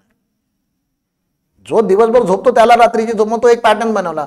नाही आजकालची मुलं जी आहेत ना ती बिना मोबाईलची जेवतच नाहीत किंवा बिना मोबाईलचं काय करतच नाहीत. मोबाईल नसला तर त्यांना डिप्रेशन मध्ये जातात. जाऊ देत, काही प्रॉब्लेम नाहीये. नाही हो वाईट वाटतं, तुम्ही स्वतःच्या हाताने तुम्ही टाइम बॉम्ब बनवताय, तो आज ना उद्या फुटणार आहे. तो कधी डिप्रेशन मध्ये जाऊ शकतो, कारण की ते mobile is not a technology, ज्याला यूज नाही करतायत त्याच्यासाठी तो डेंजर गोष्ट आहे. ती social media is a danger thing if you don't know how to use it. मग मैत्री पण तसं आहे, प्रेम पण तसं आहे, रिलेशन पण तसं आहे. तुम्ही कॉन्शियसली काहीही करा, सगळं चालतं, कारण की कधी थांबवायचं आणि कधी स्टार्ट करायचं हे बटन तुमच्याकडे असायला पाहिजे. तुमचं आयुष्याचं बटन तुमच्याकडेच असायला पाहिजे, तुमचं बटन दुसऱ्याकडे कोणाकडेही नसायला पाहिजे. हे झालं सद्गुरूंचं पार्ट, किंवा मेडिटेटिव्ह झाल्यानंतर, मॅच्युअर्ड झाल्यानंतर, ट्रान्सेंड झाल्यानंतर, ट्रान्सफॉर्म झाल्यानंतर त्या गोष्टी. आता आपण ॲनिमलिस्टिक आहोत. आता आपण काय आहोत? आता आपण जे आयुष्य जगतोय ते कोणतं आयुष्य जगतोय? ॲनिमलिस्टिक. ॲनिमलिस्टिक लाईफ म्हणजे ईट, शीट, स्लीप, सेक्स ना, repeat. This is animalistic life, this is not a conscious life. मग त्याला आपल्याला कॉन्शियस बनवावं लागेल. मग आयुष्यामध्ये आपल्या ज्या बॅड हॅबिट आहेत, सगळ्यांना आहेत की नाही? पहिले असं इथं कोण आहे का ज्याला बॅड हॅबिट नाही आहेत? जेव्हा मी बॅड हॅबिट बोलतोय, वाईट सवयी, घाणेरड्या सवयी सगळ्यांना कोणातरी असतात. आपण अग्री करू नको असतात. आता त्या आपल्याला गुड हॅबिट मध्ये कन्वर्ट करायचे.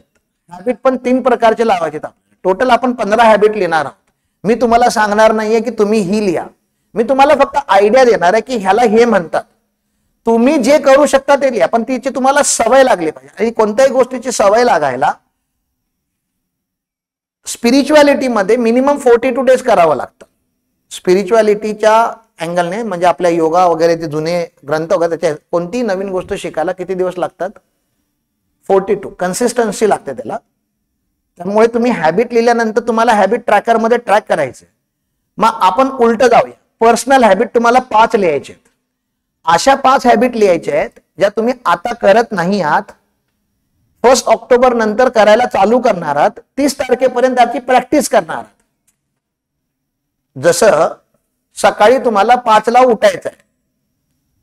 मी बोलत नाही 5 ला उठा, तुम्ही 6 ला उठू शकता, 7 ला, पण अगदी दुपारी 8:30 ला नका उठू. 8-8:30 ला दुपार चालू होते, ऊन चालू होतं, तेव्हा उठायचं नाहीये. सगळ्या ग्रंथांमध्ये किंवा सगळ्या जुन्या अंडरस्टँडिंग मध्ये हे सांगितलेलं आहे, you should rise before sunrise. Any human being who rises before sunrise is an extraordinary human being and it's a minority. ह्या जगामध्ये मेजॉरिटी लोक नाही आहेत. ती लोक किती आहेत? मायनॉरिटी मध्ये. मायनॉरिटी म्हणजे people who are waking up before sunrise. आणि वेकिंग अप म्हणजे वेकिंग अप आणि इन द बेड आणि स्क्रोलिंग नाही आहे ना. वेकिंग म्हणजे actually waking and doing something for yourself and your life, something productive. कारण की त्या वेळेमध्ये तुमचा टाइम दुसरं कोणीही कंट्रोल करत नाहीये. तर you decide the time. Me time decide नाही करणार आहे. असं म्हणजे मी हे पण सांगत नाही वेकिंग अप तिथे लिहायचं. वेकिंग अप तुमचा प्रॉब्लेम नाही आहे तर तो इथे लिहायचा नाही आहे. तुम्हाला माहिती मी उठतो 5ला 5:30ला 6ला आणि तिथून माझा दिनचर्या व्यवस्थित चालते, मला काहीच प्रॉब्लेम नाहीये, मग तो इथे लिहायची गरज नाही. मी एक्झाम्पल देतोय की पर्सनल हॅबिट कसे असावेत. माझं स्वतःला मी 6च्या नंतर उठतोय, मला 5ला उठायचं. मग मी जर एक दिनचर्या लिहायला चालू केलं तर मला लिहायचं वेकिंग अप 5 o'clock. मी 5ला उठलो की माझा ना दिवस थोडा डल जातो, थोडा डल जातो. दुपारच्या नंतर मला असं एकदम थोडं ते डिझीनेस यायला चालू होतं. मग सकाळी मी खूप लवकर उठलो तर मग मी दुपारी झोपतो.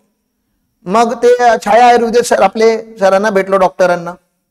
ते म्हणाले योगाच्या हिशोबाने दुपारचं झोपायचं नसतं. माझा फिटनेस कोच बोलतो दुपारी झोपायचं. मी फुल कन्फ्युज आहे आता. कोचचं ऐकू, डॉक्टरचं ऐकू, काय करू की माझ्या मनाचं ऐकू. त्यामुळे हे असं त्यामुळे तुम्ही प्रत्येक आता तुम्ही इकडे 12 लोक आहात, 12 लोकांचे 12 ओपिनियन येतील की तुम्ही कधी उठायला पाहिजे. काही लोक बोलतील नाही रात्री 2-2 वाजेपर्यंत काम करायचं, काही टेन्शन नाही, दुपारी 11ला 12ला उठलं तरी काही फरक पडत नाही. पण then you are going against the nature. Nature असं नाहीये. नेचर सनसेट झाल्यानंतर शांत व्हायला चालू होतं सगळं. नेचर थांबतं पूर्ण आणि सनराईज व्हायच्या अगोदर पूर्ण नेचर पुन्हा जाग होतं. काही प्रॉब्लेम नाही जर तुम्ही नेचरच्या अगेन्स्ट जाताय.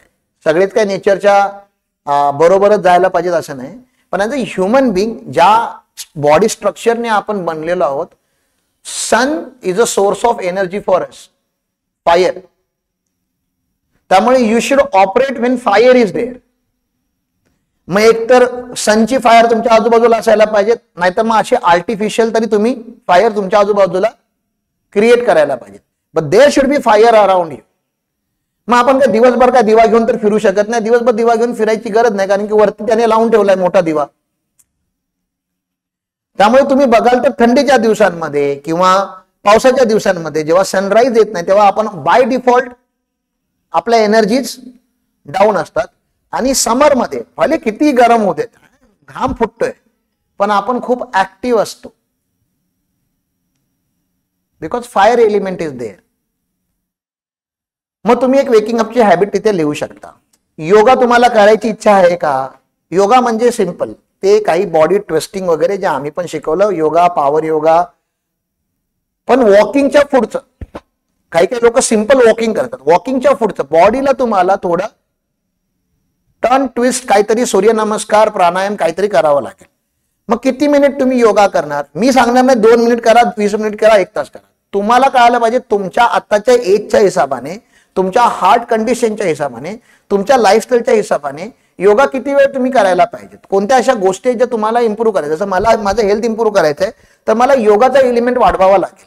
जर मला फिजिकल हेल्थ इम्प्रूव्ह करायचंय आणि जर मला माझं मेंटल हेल्थ इम्प्रूव्ह करायचं तर मला मेडिटेशन वाला ऍड करावं लागणार. मग योगा एवढे मिनिट, मेडिटेशन एवढे मिनिट, हे तुमचं काय असू शकतं? हॅबिट असू शकतं. The another habit of you could be I will drink coconut water every day. असू शकतं तुमचं हॅबिट की मला कोकोनट वॉटर प्यायचं आहे. आता काय आपण काय गरीब लोक नाही आहोत. फिटनेस कोचने मला ह्याच्यामध्ये प्रिस्क्रिप्शन मध्ये लिहून दिलंय की बाबा तुला जर फिट व्हायचं असेल, तुझ्या बॉडीतले जर काही एलिमेंट काढायचे असतील तर तुला कोकोनट वॉटर प्यायचं आहे. याचे बेनिफिट आहेत काही. मग तुम्ही जोपर्यंत हॅबिट ट्रॅकर मध्ये टाकत नाही तोपर्यंत तुमच्या 3 दिवस कराल, 4 दिवस कराल, 5 दिवस कराल, 6व्या दिवशीपासून ते आपण विसरून जातो. हॅबिट मध्ये मी काय नाही करायचं ते लिहितोय का? नाही. मी काय लिहितोय?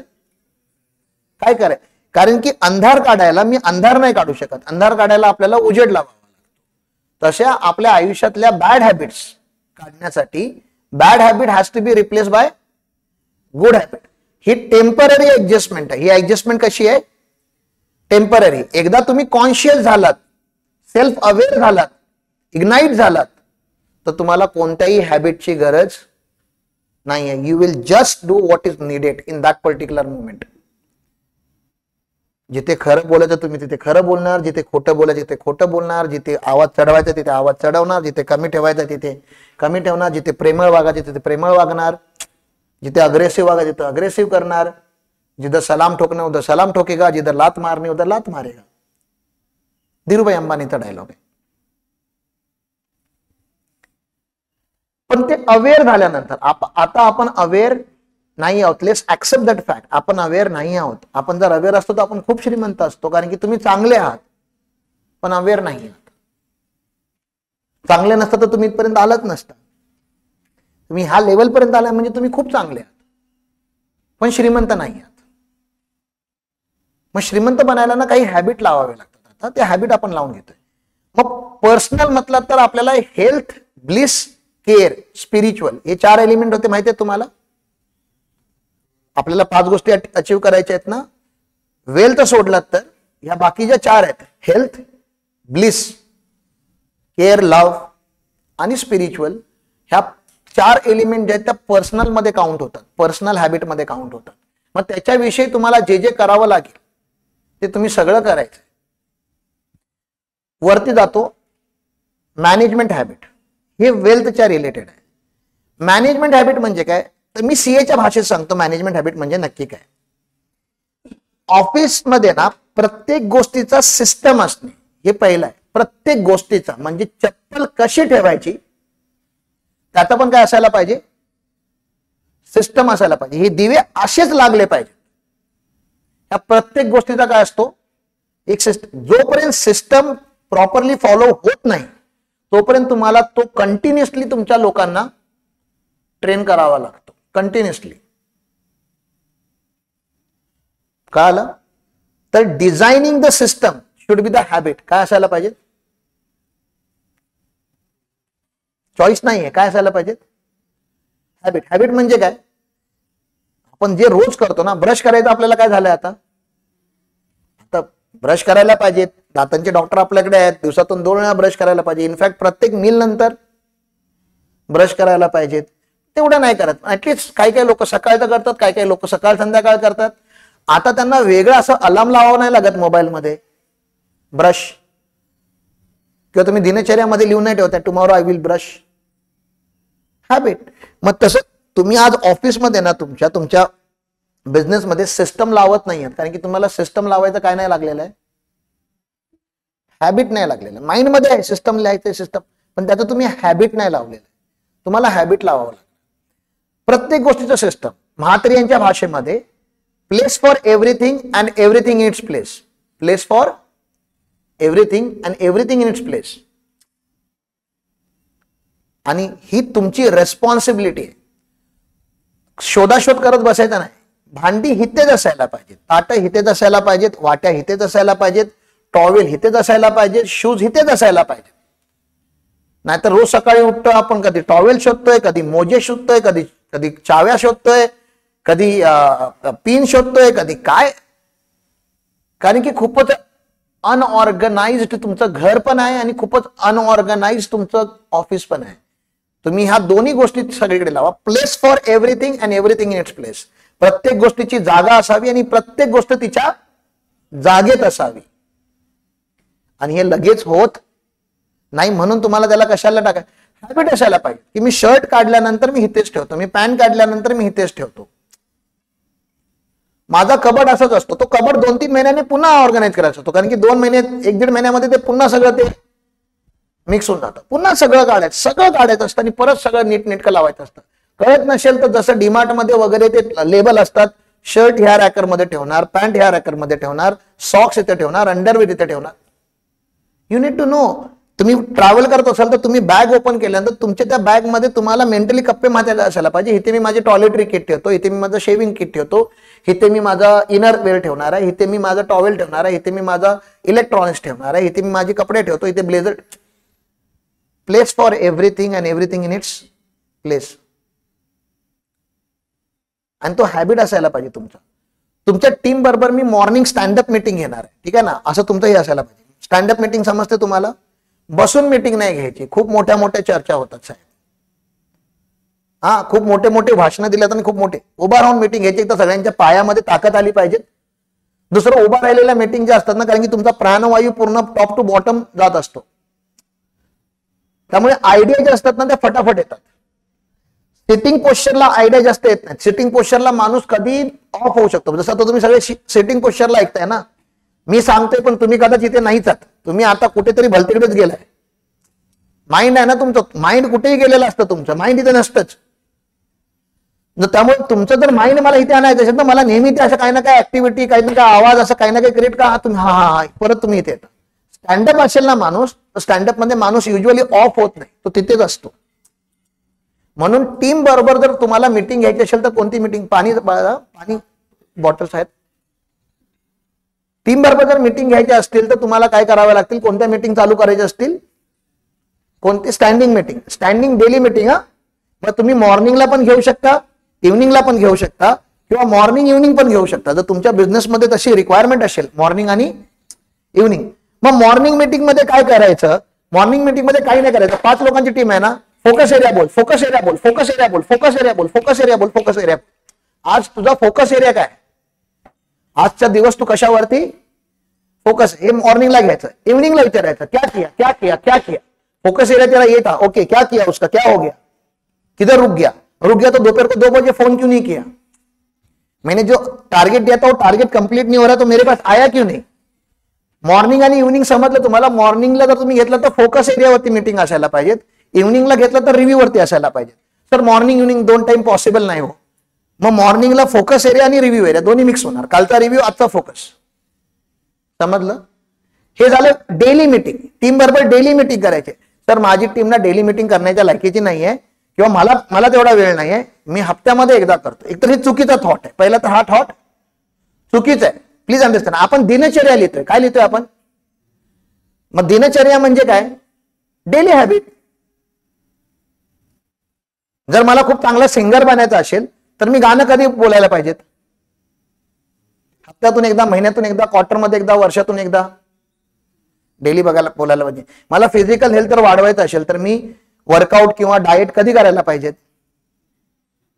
कधी, रोज, महिन्यातून एकदा, वर्षातून एकदा, डेली करायला पाहिजेत. तर हॅबिट माझं ते चेंज होणार. मग तसं जर मला वेल्थ बिल्ड करायचं असेल तर वेल्थ बिल्ड करणाऱ्या ज्या ऍक्टिव्हिटी असतात त्या मला कधी कराव्या लागतील, daily. It should be your दिनचर्या. टीम बिल्ड करायची असेल, लिडरशिप बिल्ड करायची असेल तर मी कधी करू, डेली. लिडरशिप कशामध्ये डेव्हलप होते, टीम आल्यानंतर. पहिली टीम आहे, ते टीमला तुम्ही कसं सांगता, कसं मॅनेज करता. 4 लोक तुमच्याकडे राहतात, 2 लोक सोडून जातात. त्याच्यातून तुम्हाला शिकायचं की तुमची लिडरशिप अजून प्रॉपर झालेली नाहीये, पण तुम्हाला रोज प्रॅक्टिस करायचं आहे ना. आपल्याला लीडर बनायचं आहे आणि leadership is the matter of practice. मग तुमचे मॅनेजमेंट हॅबिट म्हणजे टीम रिव्ह्यू मीटिंग. वीकली तुम्हाला वीकली रिव्ह्यू घ्यायचा आहे. मग तो सॅटर्डे किंवा संडेला असायला पाहिजे की 5च्या हप्त्याभरामध्ये काय झालं. आणि मंडेला मी तुम्हाला सांगितल्याप्रमाणे मंडेला कालपर्यंत जे झालं सगळं गंगेत सोडायचंय.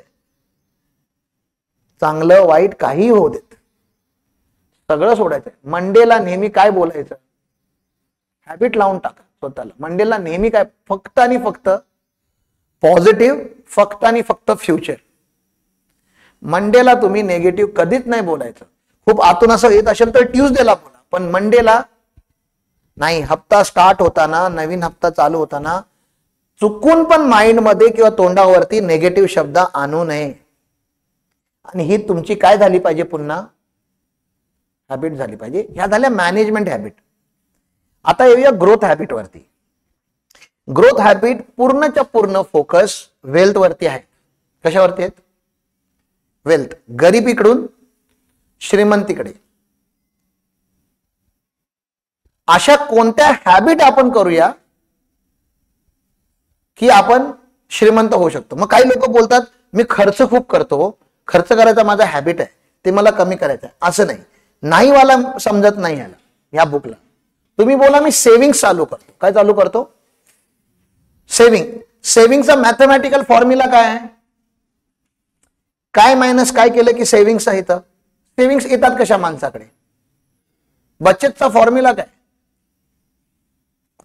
सेव्हिंग्स क्रिएट करायला पहिलं काय यायला पाहिजे आपल्याकडे, इन्कम यायला पाहिजे. इन्कम मधून काय जातात, एक्सपेन्स जातात. त्याच्यानंतर काय उरतं, काय उरलं तर प्रॉफिट, सेव्हिंग्स आपण त्यालाच बोलतो, बरोबर.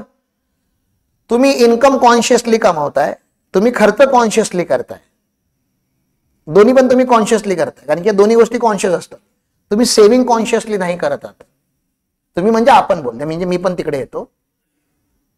आपण सेव्हिंग कॉन्शियसली नाही करत. Please understand that, accept that की नाही करत. मग सेव्हिंगचा प्रॉपर फॉर्म्युला मला महताब सरांनी काय शिकवला होता? Income minus saving, income minus saving is equal to expenses. म्हणजे जर मी आज 100 रुपये कमवले तर त्या 100 रुपयाला पहिले खर्च कसे करू ते विचार करू, की 100 रुपये मधला एक कंपोनंट, ते बोलत नाहीत 50%, ते बोलले नाहीत 5%, ते बोलले नाहीत 1%. टक्के मॅटर नाही करत, पण तुमच्या इन्कम मधला 1% म्हणजे एक स्टँडर्ड पर्सेंटेज फिक्स असायला पाहिजे. कशामध्ये यात जायला पाहिजेत? सेव्हिंग्स मध्ये जायला पाहिजेत. अनफॉर्च्युनेटली गेल्या 5-6 वर्षामध्ये, कारण की मी गुरुकुल डेव्हलप करतोय, माझ्या liabilities are more than my income. कारण की सर्व्हिस सेक्टरमध्ये इन्कम खूप कमी असतात आणि लायबिलिटीज आपल्या खूप जास्त असतात. I am not able to save substantial amount. पण मी काय केलेलं आहे, हे सगळं महताब सरांनीच मला शिकवलेलं आहे. माझ्याकडे पिगी बँक आहे. पिगी बँक समजतं तुम्हाला? ते छोटे प्लास्टिकचे बावले वगैरे येतात ते. माझ्याकडे पिगी बँक आहेत. मला जेव्हा पण वाटतं तेव्हा मी माझ्या खिशातून पैसे काढतो. मग ते 1 रुपया असो किंवा 10 रुपये असो किंवा 20 रुपये असो, मी ते त्या बँकमध्ये, पिगी बँकमध्ये ऍटलिस्ट टाकतोय. अमाऊंट सेव्हिंगची मॅटर करत नाही. सेव्हिंगचा ऍटिट्यूड असायला पाहिजे. काय असायला पाहिजे? ऍटिट्यूड. आणि सेव्हिंगचा ऍटिट्यूड सेव्हिंगच्या हॅबिट मधून डेव्हलप होतो. त्यामुळे जर तुम्ही खूप जास्त पैसे सेव्ह करू शकत नसाल, आता पॉसिबल आहे नाही ते तुम्ही बघा. पिगी बँक तर असू शकते ना. अच्छा, फॅमिलीमध्ये 4 मेंबर आहेत तर किती पिगी बँक असायला पाहिजेत? फॅमिलीमध्ये 4 लोक आहेत तुमचे, तर पिगी बँक किती असायला पाहिजे घरामध्ये? डब्बे किती घेणार तुम्ही? मिनिमम 4. तुम्ही जास्त पण घेऊ शकता. माझा ऑफिसचा डब्बा वेगळा आहे, माझा घरचा डब्बा वेगळा आहे. मला घरी रिअलाइज झालं की मला सेव्ह करायचं तर मी घरीच्या डब्यामध्ये काहीतरी टाकतो. ऑफिसमध्ये मला रिअलाइज झालं की मी ऑफिसमध्ये टाकतो. पिगी बँकचा डब्बा आपण कितीही घेऊ शकतो ना, पण मिनिमम. आणि ही सवय तुम्हाला तुमच्या वाईफला पण लावायची, तुमच्या मुलांना पण लावायची, तुमच्या स्टाफला पण लावायची, की बघ सेव्हिंग चालू कर. अमाऊंट सांगतोय का मी तुम्हाला? नाही. आज जो माणूस 100 रुपये मधला 1 रुपये सेव्ह करतो, तो पुढे जाऊन 1 कोटी मधला 10 लाख इझिली सेव्ह करेल. आज जो माणूस 100 रुपये मधला 1 रुपये सेव्ह करू शकत नाही, उद्या त्याच्याकडे 100 कोटी जरी आले तरी तो सेव्ह करू शकत नाही. कारण की saving he amount of income वरती डिपेंड नसते. Saving he matter of attitude आहे, मॅटर ऑफ हॅबिट आहे. ती हॅबिट वरती डिपेंड असते. आणि खर्च करायचा जसं आपण आपल्या स्वतःला हॅबिट लावून घेतलेला आहे, तसं सेव्हिंग करायचं एक हॅबिट लावणं गरजेचं आहे. मनी मेक्स मनी. कॅपिटल असेल तर उद्या अपॉर्च्युनिटी दिसतील. कॅपिटल नसेल तर तुमच्या बिझनेसमध्ये कितीही मोठी अपॉर्च्युनिटी आली तरी पण तुम्ही ती गॅदर करू शकत नाही. त्या अपॉर्च्युनिटी तुम्ही कॅप्चर करू शकत नाही, कारण की तुमच्याकडे कॅपिटलच नव्हतं. आणि एन मोमेंटला पैसे उभे राहत नाहीत. पैसा उभा करणं ही फाउंडरची रिस्पॉन्सिबिलिटी आहे. मग सेव्हिंग्स करायला डेफिनेटली इन्कम वाढवावं लागेल. मग ते तर आपण पुढे करणारच आहोत ना. मग इन्कम वाढवायला काय? एक तर मी सेव्हिंग्स करणार हे तुम्हाला सांगितलं. मग डेली सेव्हिंग करायची आहे सर तुम्हाला. कधी करायची सेव्हिंग? डेली करायचे. तुम्हाला नसेल सवय तर ते आपल्याकडे हे असतात बघा, पिग्मी आले असतात ना, पिगी बँक पिग्मी, ते त्यातच येते ना. मग त्यांना सांगायचं, ते येतात तुमच्याकडे 100-200 रुपये त्यांचे चालू करायचे, 500 रुपये ते स्वतःहून घेऊन जातात. पिग्मी चालू करा.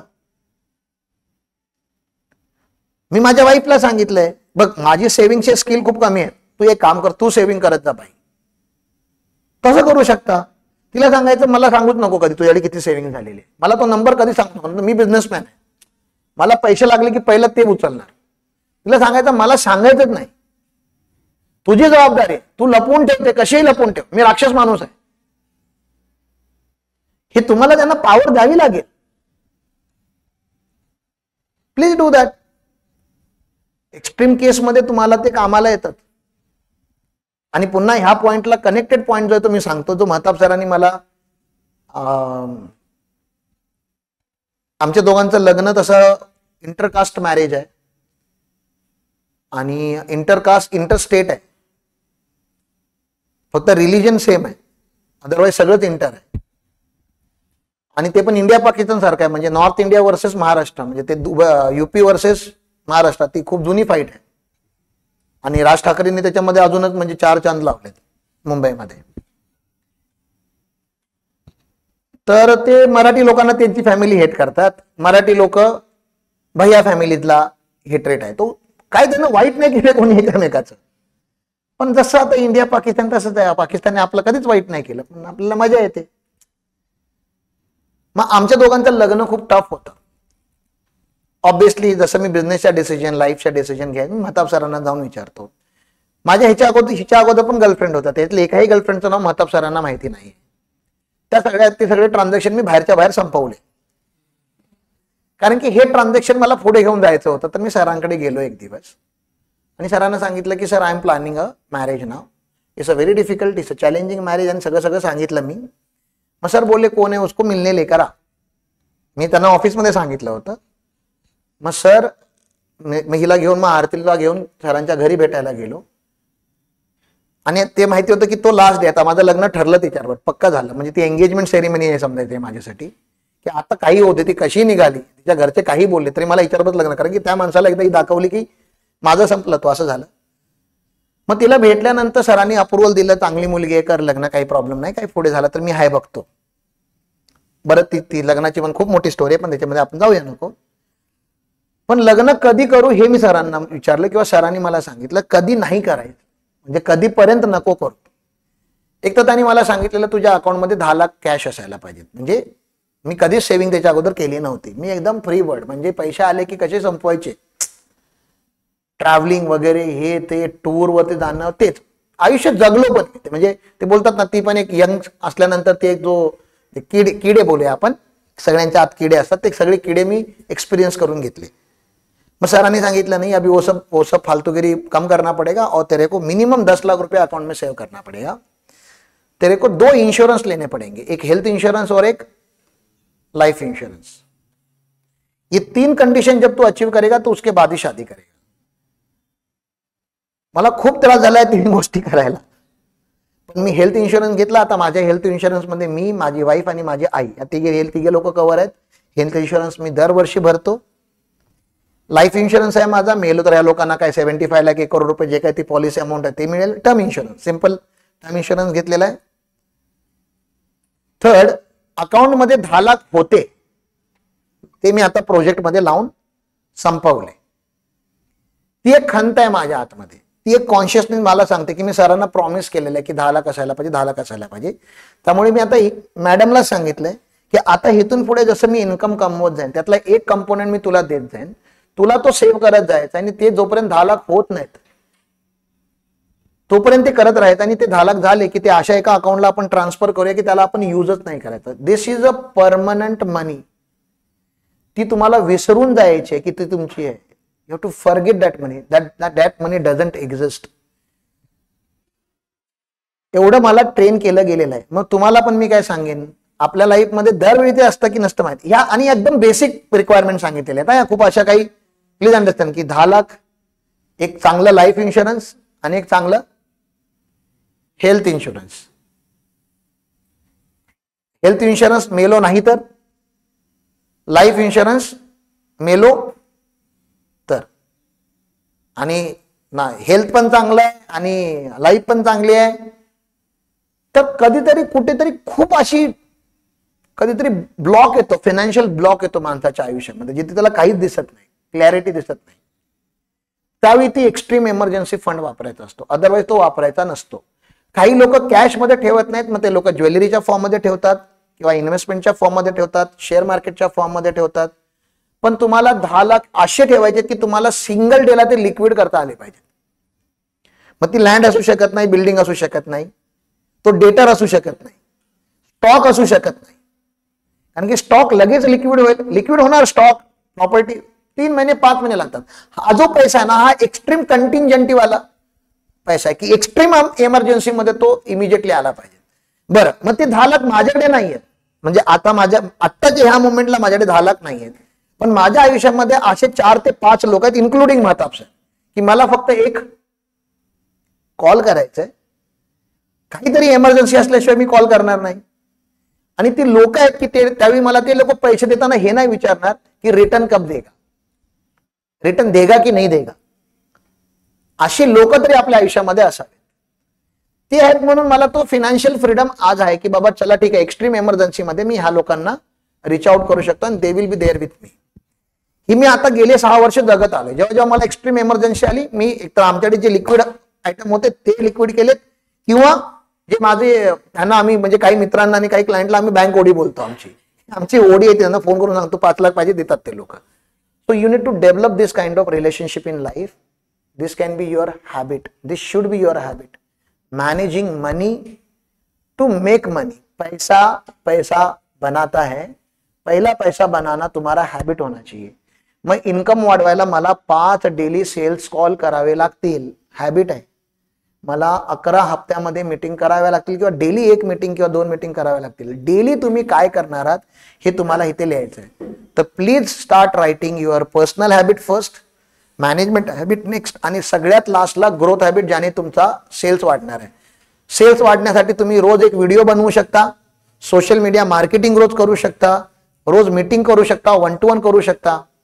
रोज काय करू शकता ते तुम्हाला तिथे लिहायचं आहे, आणि ते रोज करायचंच आहे. ते तुमच्या दिनचर्यामध्ये रिफ्लेक्ट झालं पाहिजे. Please write down. आता जे करत नाहीयेत ते तुम्हाला करायचंय, किंवा आता कॅज्युअली करत असाल तर सिरियसली करायचंय.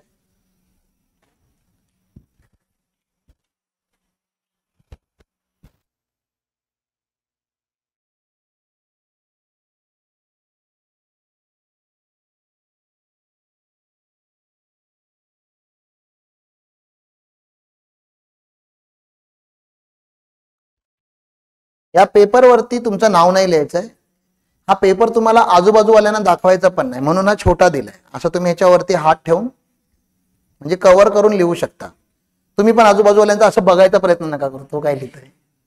हा तुमचा पेपर आहे, त्यामुळे तुम्हाला स्वतःला लिहायचंय. ह्याच्यामध्ये तुम्ही तुमच्या आयुष्यामधले जे तुमच्या माइंडमध्ये काही मेंटल ब्लॉक्स आहेत, तुम्हाला ज्याची भीती वाटते, जी नेगेटिव्हिटी आहे तुमच्या आतमध्ये, ती तुम्हाला लिहायची. विकनेसेस आपण बोलू शकतो, थ्रेट बोलू शकतो, मेंटल कधीतरी तुम्हाला लहानपणी किंवा कधीतरी लाईफमध्ये काही झालेले इन्सिडेंट बोलू शकता. काही लोकांची तुम्ही नावं लिहू शकता, किंवा त्यांच्यामुळे तुम्हाला डीप हर्ट झालाय, असं म्हणजे खालती अगदी दुःख एकदम बॉटम लाईन पर्यंत झालंय, आणि ते अजूनही तुम्हाला आठवतंय. एखादी गोष्ट विसरून गेला तिला आठवण करून लिहायची काहीही गरज नाहीये. आत्ता तुमच्या आतमध्ये जी काही नेगेटिव्हिटी असेल, म्हणजे आम्ही बोलतो कॉन्ट्रास्ट, हे सगळं आपण आता मगापासून पॉझिटिव्ह लिहितोय की हे सगळं केलं की आपण ग्रो होऊ शकतो, हे सगळं केलं की आपण ग्रो होऊ शकतो. इथे ते लिहितंय जे तुम्हाला थांबवून ठेवतंय. आळस, lethargy can be reason. Phobia, fear, मला भीती वाटते, ते पण. मी खूप कन्झर्वेटिव्ह माइंडचा आहे. कन्झर्वेटिव्ह माइंड म्हणजे समजतंय ना, कोणीही काही सांगायला येऊ दे, पहिलं नेगेटिव्हच चालू करायचं, नकारात्मक. सरांनी जसं ऑप्टिमिस्टिक लिहिलं होतं, ऑप्टिमिस्टिकचा अपोजिट असतो पेसिमिस्टिक. झाड कशाला लावूया, कधी वाढेल, कधी उगेल, कधी फळतील काय माहिती, लावूया, 100% वाढणं, 100%. हा झाला ऑप्टिमिस्टिक. त्याचा opposite pessimistic. Low energy, high energy नाही, असं म्हणजे अशी एनर्जी नाही, एकदम लो एनर्जी, डल आहे, गळलेली आहे. तुम्हाला जे जे वाटतं की तुमच्या नेगेटिव्हिटी ज्या आहेत त्या तुम्हाला ह्याच्यावरती लिहायच्या आहेत. हे लिहिल्यानंतर तुम्हाला आम्ही हे लिहिताना आता बोलायचं नाहीये. ही पूर्ण ऍक्टिव्हिटी जोपर्यंत होत नाही तोपर्यंत तुम्ही माझ्या बरोबर फक्त बोलू शकता, कारण की तुमचे काही प्रश्न असू शकतात म्हणून ते अलाव करतोय. अदरवाईज तुम्हाला एकामेकाबरोबर बोलायचं नाही. ही पूर्ण ऍक्टिव्हिटी संपेपर्यंत तुमचा पूर्ण फोकस ह्या पेपरमध्ये असायला पाहिजे. तुमच्या आजूबाजूला काय चाललंय हे पण तुम्हाला माहिती असायची गरज नाहीये. हे सगळं जेव्हा तुमचं लिहून होणार, एका साईडला लिहायचं, त्यामुळे खूप जास्त लिहू नका. एवढी निगेटिव्हिटी नाहीये तुमच्या हातमध्ये, इथेच ऍडजस्ट करा. ते लिहिल्यानंतर तुम्हाला असं त्याला क्रश करायचंय. काय करायचंय? क्रश करायचं असं एकदम, ठीक आहे ना. आणि मग हे दोन्ही हातांमध्ये घेऊन क्रश करायचं. तुमची पूर्ण ताकद जी आहे ना त्याच्यामध्ये लागली पाहिजे. एवढं क्रश करायचं, एवढं क्रश करायचं की तुमचे हात दुखले पाहिजेत. आणि नंतर लास्टला ही असं चिमटीमध्ये येईल ना. पहिले एका हाताने क्रश, नंतर दोन्ही हाताने क्रश, पूर्ण ताकद लावून क्रश. हे जेवढं छोटं तुम्ही करू शकता तेवढं छोटं करताय.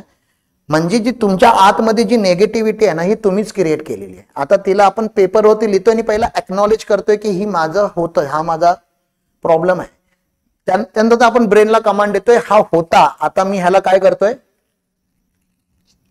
हे क्रश करतोय मी, ठीक आहे ना, क्रश करतोय मी, करतोय क्रश करतोय, करत झालाच पाहिजे, त्याला कमांड देतोय आपण मेंटली, आणि क्रश करून एवढं तुम्हाला ते दुखलं पाहिजे ना हातामध्ये की तुमच्या हातून ते निघून जायला पाहिजे. तुमच्या डोळ्यातून अश्रू वगैरे यायला लागले तरी पण चालेल, काही प्रॉब्लेम नाही, कोणी सांत्वन करायला जाऊ नका, ती एक मोमेंट असते सेल्फ, म्हणजे ते एकदम खूप डीप सायन्सला जाऊन आपण जर केलं तर ऍक्च्युली खूप रडायला येतं. म्हणजे ज्यावेळी मी केलं होतं मी 1-1.5 तास रडलो होतो ही ऍक्टिव्हिटी करताना. त्यामुळे काही ना काही आपल्यामधून ते निघून जायला पाहिजेत. हे झाल्यानंतर आपण देवीची आरती घेतोय, तुमच्या हातामध्येच ठेवायचं आहे, ठीक आहे, सोडायचं नाहीये. देवीची आपण आरती घेतोय नेहमीप्रमाणे, आणि आरती घेतल्यानंतर हा इथे मी डंप करायला एक बाउल ठेवलेला आहे, त्याच्यामध्ये तुम्हाला ती आहुती द्यायची त्याची, डन. आणि तुमच्या बॉडीला कमांड द्यायचे की जी मला जे वाटत होतं, जो माझा जी भीती होती, ती भीती आज मी तिची देवीच्या समोर आहुती दिलेली आहे. क्लिअर आहे? सिंपलसा ऍक्टिव्हिटी आहे. मॅनेजमेंट स्कूलमध्ये शिकवलंय मला. ईशाचा is not Isha, is MBA, जिथे मी इन्व्हेस्टमेंट बँकिंग केले तिथे शिकलोय मी ही गोष्ट. मी क्वालिफाईड इन्व्हेस्टमेंट बँकर पण आहे. CA झाल्यानंतर केलं होतं, तिथे शिकवलं होतं. कारण की तिथे आम्ही त्यांना सांगायचो ना, my communication is my weakness, I have a stage fear, you know. मग त्यांनी सांगितलं तुम्हारे माइंड में जो जो लगता है ना तुम्हारा प्रॉब्लम है सब लिखो. आम्हाला वाटलं सोल्युशन देईल, नहीं, त्यांनी सांगितलं प्रॉब्लम को सॉल्व नहीं करने का, प्रॉब्लम को खत्म कर देने का. प्रॉब्लम क्रिएट भी माइंड में होता है और खत्म भी माइंड ही करता है. सिंपल है, एकदम सिंपल है. Are we comfortable in this? कोणाला काही प्रश्न, ऍक्टिव्हिटी चालू करायच्या अगोदर कोणाला प्रश्न असतील तर विचारा, किंवा काही बोलायचं असेल तर विचारा. हे केल्याशिवाय आज नाश्ता नाहीये. चालेल, करूया, स्टार्ट करूया. एक मी गाणं प्ले करतोय बॅकग्राऊंडला, ते आपल्याला एनर्जी देण्यासाठी असेल, पण तुम्हाला लिहायला चालू करायचं. नाव नाही लिहायचं प्लीज, आपल्याला स्वतःला नाही संपवायचं. कोणी पेपरवरती नाव नका लिहू. या प्ले, आणि ह्याच्यात टाक, स्क्रीनवरती टाक.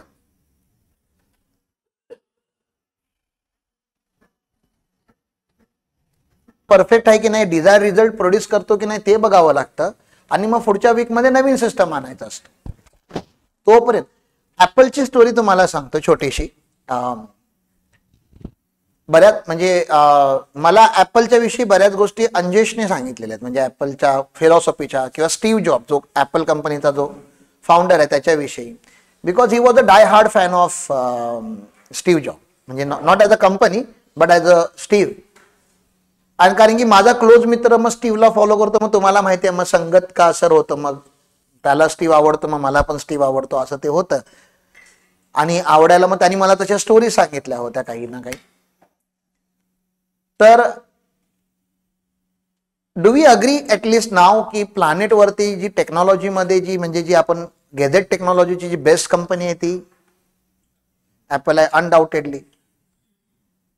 आता फक्त इंडियामधून त्या लोकांनी एक्सपोर्ट 75,000 करोडचा केलाय इंडियातून, म्हणजे फक्त इंडियातून मॅन्युफॅक्चरिंग करून एक्सपोर्ट 75,000 करोडचा केलाय. आता सेकंड इयर आहे फक्त ऍपलला इंडियामध्ये मॅन्युफॅक्चरिंग प्लांट टाकून. 75,000 crore is a huge number.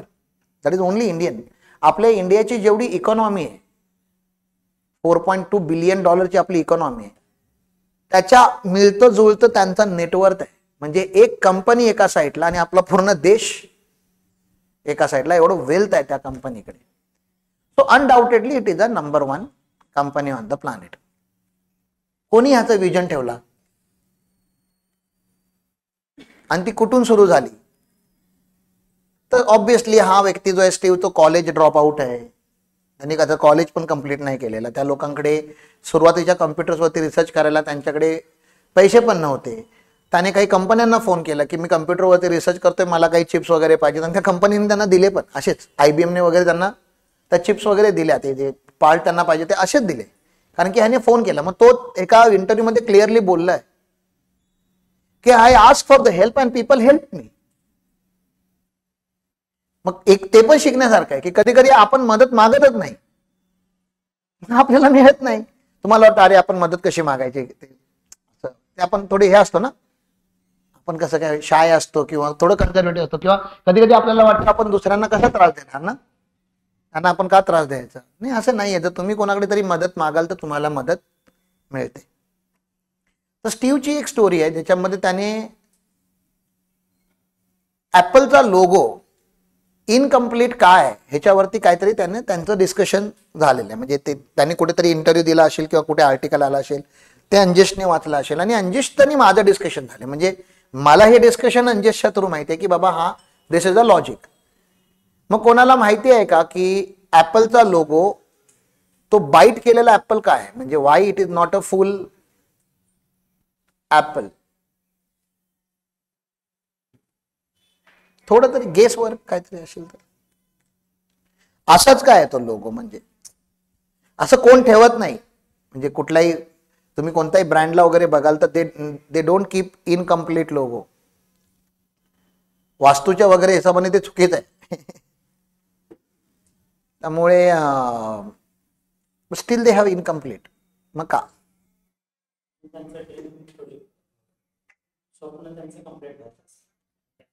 असू शकतं तसं, पण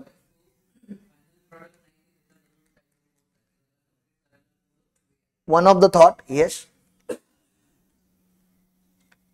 तुम्ही दोघे पण जे बोला त्याला एक परफेक्ट वर्ड आहे. हा, स्टीव्हचं एकदम क्लिअर होतं, though we are the best company on the planet, we are not the perfect one. Perfection के पीछे मत भागो, लेकिन इंप्रूवमेंट बंद कर दो, ये भी तो गलत है ना. मग तुम्ही ज्या पण पोझिशन मध्ये आता आहात, तुम्ही मला हे सांगताय का की तुमच्या बिझनेसमध्ये इम्प्रूवमेंट पॉसिबलच नाहीये? परफेक्ट नाही बोलत आहे, पण इम्प्रूवमेंट्स, बिझनेस असो किंवा लाईफ असो, तुमची पर्सनल लाईफ किंवा लाईफ जिला तुम्ही लाईफ बोलता, do we have possible improvements in life की तुम्ही सॅच्युरेट झालाय? नाही. आता ह्याच्यावरती तर काय नसतं बघ, दिस इज माझ्या इंडस्ट्री मधला दिस इज लास्ट, ह्याच्यावरती ना देर इज नो नथिंग. अशा सॅच्युरेटेड लेवलला पोहोचलाय का तुम्ही? ऍपल सारखी कंपनी अजून तिथे नाही पोहोचली. वे दे विल से ना this is the end of the technology, ह्याच्या पुढे टेक्नॉलॉजी इनोव्हेट होऊ शकत नाही. ऍपल सारखी कंपनी अजून तिथे नाही पोहोचलेली. ऍपल फोन मॅन्युफॅक्चर करत नाही, ऍपल आयपॅड मॅकबुक मॅन्युफॅक्चर करत नाही. ते चायनामध्ये, इंडियामध्ये, सिंगापूरमध्ये, थायलंडमध्ये कुठेतरी होत असेल. ऍपल फक्त एकच गोष्ट आणतो मार्केटमध्ये, दॅट इज टेक्नॉलॉजी, सॉफ्टवेअर. ज्या सॉफ्टवेअरवरती हार्डवेअर रन होणार आहे ते सॉफ्टवेअर ते लोक आणतात, पण तो सॉफ्टवेअर ते लोक इनोव्हेट करतात. त्यांच्यासारखा सॉफ्टवेअर ह्याच्या अगोदर जगाने कधीच बघितलेला नसतो. The best people on the planet are still innovating. कारण की स्टीव्ह जॉबने तसं फाउंडेशन ठेवलेलं आहे. We are the best but still we are not perfect, there is a still room for improvement. हा एक शब्द लक्षात ठेवायचा आहे. काय आहे? There is a room for, आणि हे रोज आपल्याला सांगायचं आहे. There is a still room for improvement, there is a still room for improvement. I am improving but still there is a room for improvement. मी खूप चांगलं करतोय but still there is a room for improvement. आणि हे daily सांगायचं आहे स्वतःला. System मध्ये इम्प्रूव्हमेंट, सेल्स मध्ये इम्प्रूव्हमेंट, पर्सनल लाईफ मध्ये इम्प्रूव्हमेंट, हेल्थ मध्ये इम्प्रूव्हमेंट, बॅलन्स शीट मध्ये इम्प्रूव्हमेंट, एव्हरीथिंग. स्पिरिच्युअल लाईफ मध्ये इम्प्रूव्हमेंट, किती तुम्ही खुश राहता, आनंदी राहता, त्याच्यामध्ये improvement. There is a still and there is always a room for improvement. आणि स्टीव्ह जाता सांगून गेलाय that logo has to be incomplete forever. जोपर्यंत ऍपल असेल या जगात तोपर्यंत तो लोगो इनकम्प्लीटच राहायला पाहिजे. You should never reach to the level of perfection. आणि तुम्ही जेव्हा असं तुम्हाला वाटेल की ह्याच्यावरती आता जाऊ शकत नाही, that's a end, that's a fall. तिथून तुम्ही खालती उतरायला चालू होणार, मग तुमचा कधी नोकिया होईल कळणारही नाही. या थेरीला म्हणजे तो लोगोचं अजून एक एक्सप्लेनेशन असं आहे की ऑरेंज आणि ऍपलचा शॅडो इमेज जे आहे ना ते सिमिलर दिसते ऑलमोस्ट. म्हणजे जर तो कम्प्लीट ऍपल असता तर कदाचित लोगो कन्फ्युज पण झाले असते की ऑरेंज आहे की ऍपल आहे. मग ते त्यांनी बाईट मारून दाखवलं की ऑरेंज आपण कधी असं बाईट करून खात नाही, आपण पील ऑफ करून खातो. त्यामुळे ते एक डिस्टिंक्शन होतं. ती पण एक थेरी. अशा वेगळ्या वेगळ्या थेरीज आहेत त्याच्या. आपल्याला जी आवडली ती लक्षात ठेवायची. ऍपलचा लोगो इनकम्प्लीट याच्यासाठी आहे कारण की देर is a still room for improvement. आणि ऍपलच का सांगते? Because it's a best company. Best company is improving every year, every quarter, every next phone is better than the last one. Every next software upgrade is better than the last one. आणि ते लोक आता पण काही ना काही research करतात आहेत नेक्स्ट टेक्नॉलॉजीवरती. ह्या मोमेंट मध्ये पण आपण आता इथे बसलो नाही, आपण चर्चा करतोय. There is a research going on in the Apple as of now. Billions डॉलरचा रिसर्च असतात एक एक सॉफ्टवेअर, एक एक प्रोडक्ट डिझाईन करण्यासाठी. हजारो लोक रिसर्च करायला लागले. They are bringing the new technology and that's the reason they are on the top. ज्यावेळी त्याने वॉकमॅन वरून, म्हणजे तुम्ही सगळे सिनियर आहात म्हणजे तुम्हाला वॉकमॅन काय होतं तुम्हाला माहिती आहे. कॅसेटवाला जो आपण ह्या साईडने 4 गाणी आणि ह्या साईडने 4 गाणी ऐकायचो, त्या पिरियडमध्ये स्टीवने सांगितलं होतं की हे गलत है, मेरे को एक गाना सुनने का रहता है तो मेरे को वो 4 बार वो 4 गाने सुनने पड़ते हैं, नहीं तो फॉरवर्ड करता हूं तो कैसेट खराब हो जा रहा है. मग तिथून सीडी वाला आला. तुम्हाला माहिती असेल तर वॉकमॅन म्हणजे सीडी वरून सीडीच्या पुढचा जो इनोव्हेशन जो होता, ते जे इक्विपमेंट आले मार्केटमध्ये ते खूप असे वियर्डसे होते, खूप मोठे मोठे असायचे. आले इक्विपमेंट आले, असं नाही की इक्विपमेंट नाही आले. स्टीवने सांगितलं नाही, वॉकमॅन इतना छोटा होना चाहिए ना की आपल्या जो जीन्स असतो ना, जीन्स त्याचा जो छोटा किस्सा असतो त्या छोट्या खिशामध्ये बसेल किंवा टॉप पॉकेटमध्ये बसेल एवढा छोटा असायला पाहिजे. असं एवढं मोठं असं वजन घेऊन लोक नाही जाऊ शकत. आणि बॅटरीचा प्रॉब्लेम, ते सेलचा प्रॉब्लेम, ते कॅसेट पण घेऊन जायचं त्याचा प्रॉब्लेम. तो बोलला नाही, I should have playlist of my choice आणि आय शुड हॅव 1000+ चॉईसेस. म्हणजे त्याच्यातून मी माझी प्लेलिस्ट क्रिएट करणार आणि माझ्या प्लेलिस्टच्या हिशोबाने मला जसा मूड असेल तसं मी गाणी ऐकणार. असं काहीतरी क्रिएट करायचं त्यांनी आयडिया शेअर केली आपल्या टीम बरोबर. त्याला सगळ्या टीमने सांगितलेलं हे पॉसिबल नाही आहे, पण त्याला ज्याने सांगितलं की पॉसिबल नाही त्याला त्यांनी कंपनीतून काढून टाकले.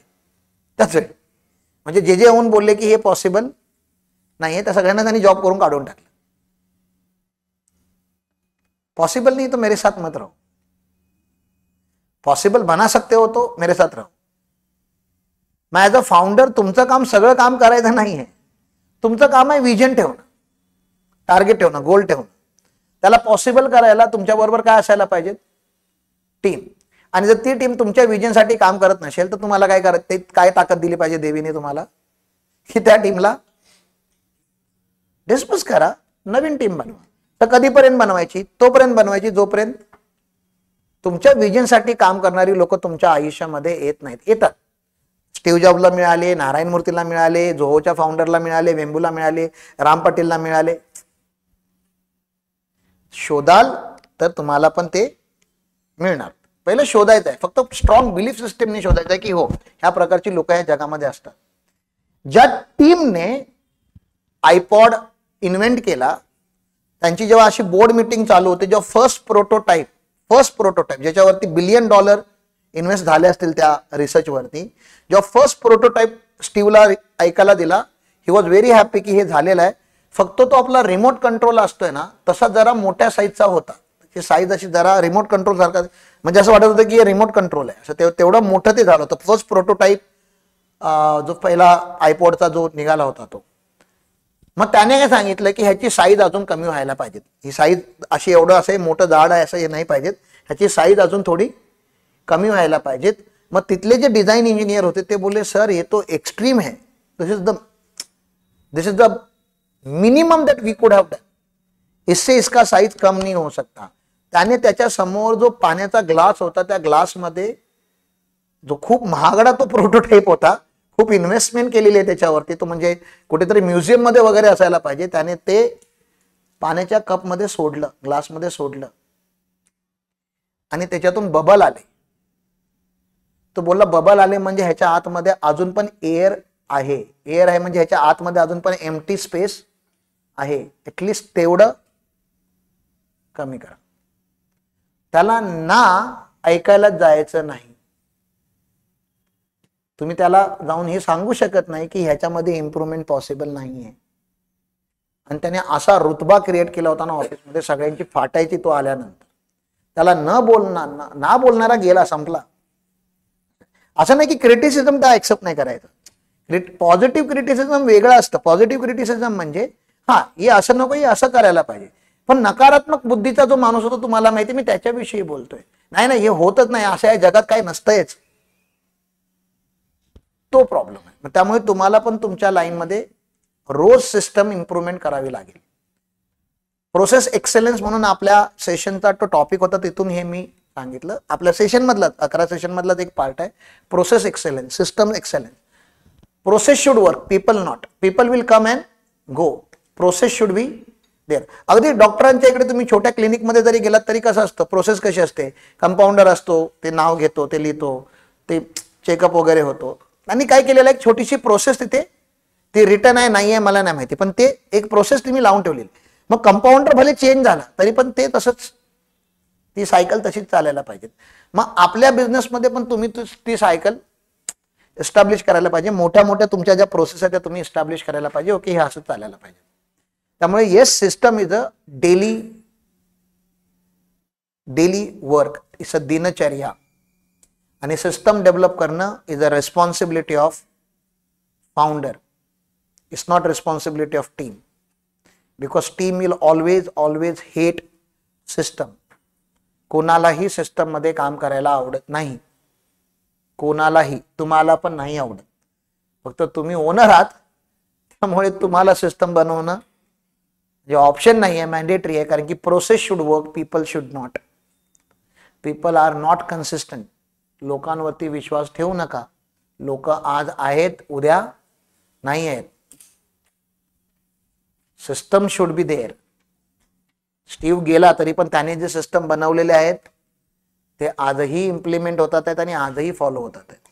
एक सक्सेस सिस्टम नावाचा गोष्ट असते की एक सिस्टम असं असतं ते खूप सक्सेस देऊन जातं आपल्याला, पण जोपर्यंत आपण तिथे पोहोचत नाही तोपर्यंत वेगळे वेगळे आयटरेशन, वेगळे वेगळे तुम्हाला ट्रायल्स करत राहावे लागतात.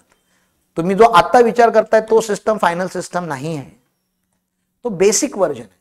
त्याला तुम्हाला डेली इम्प्रूव्हमेंट करायचं.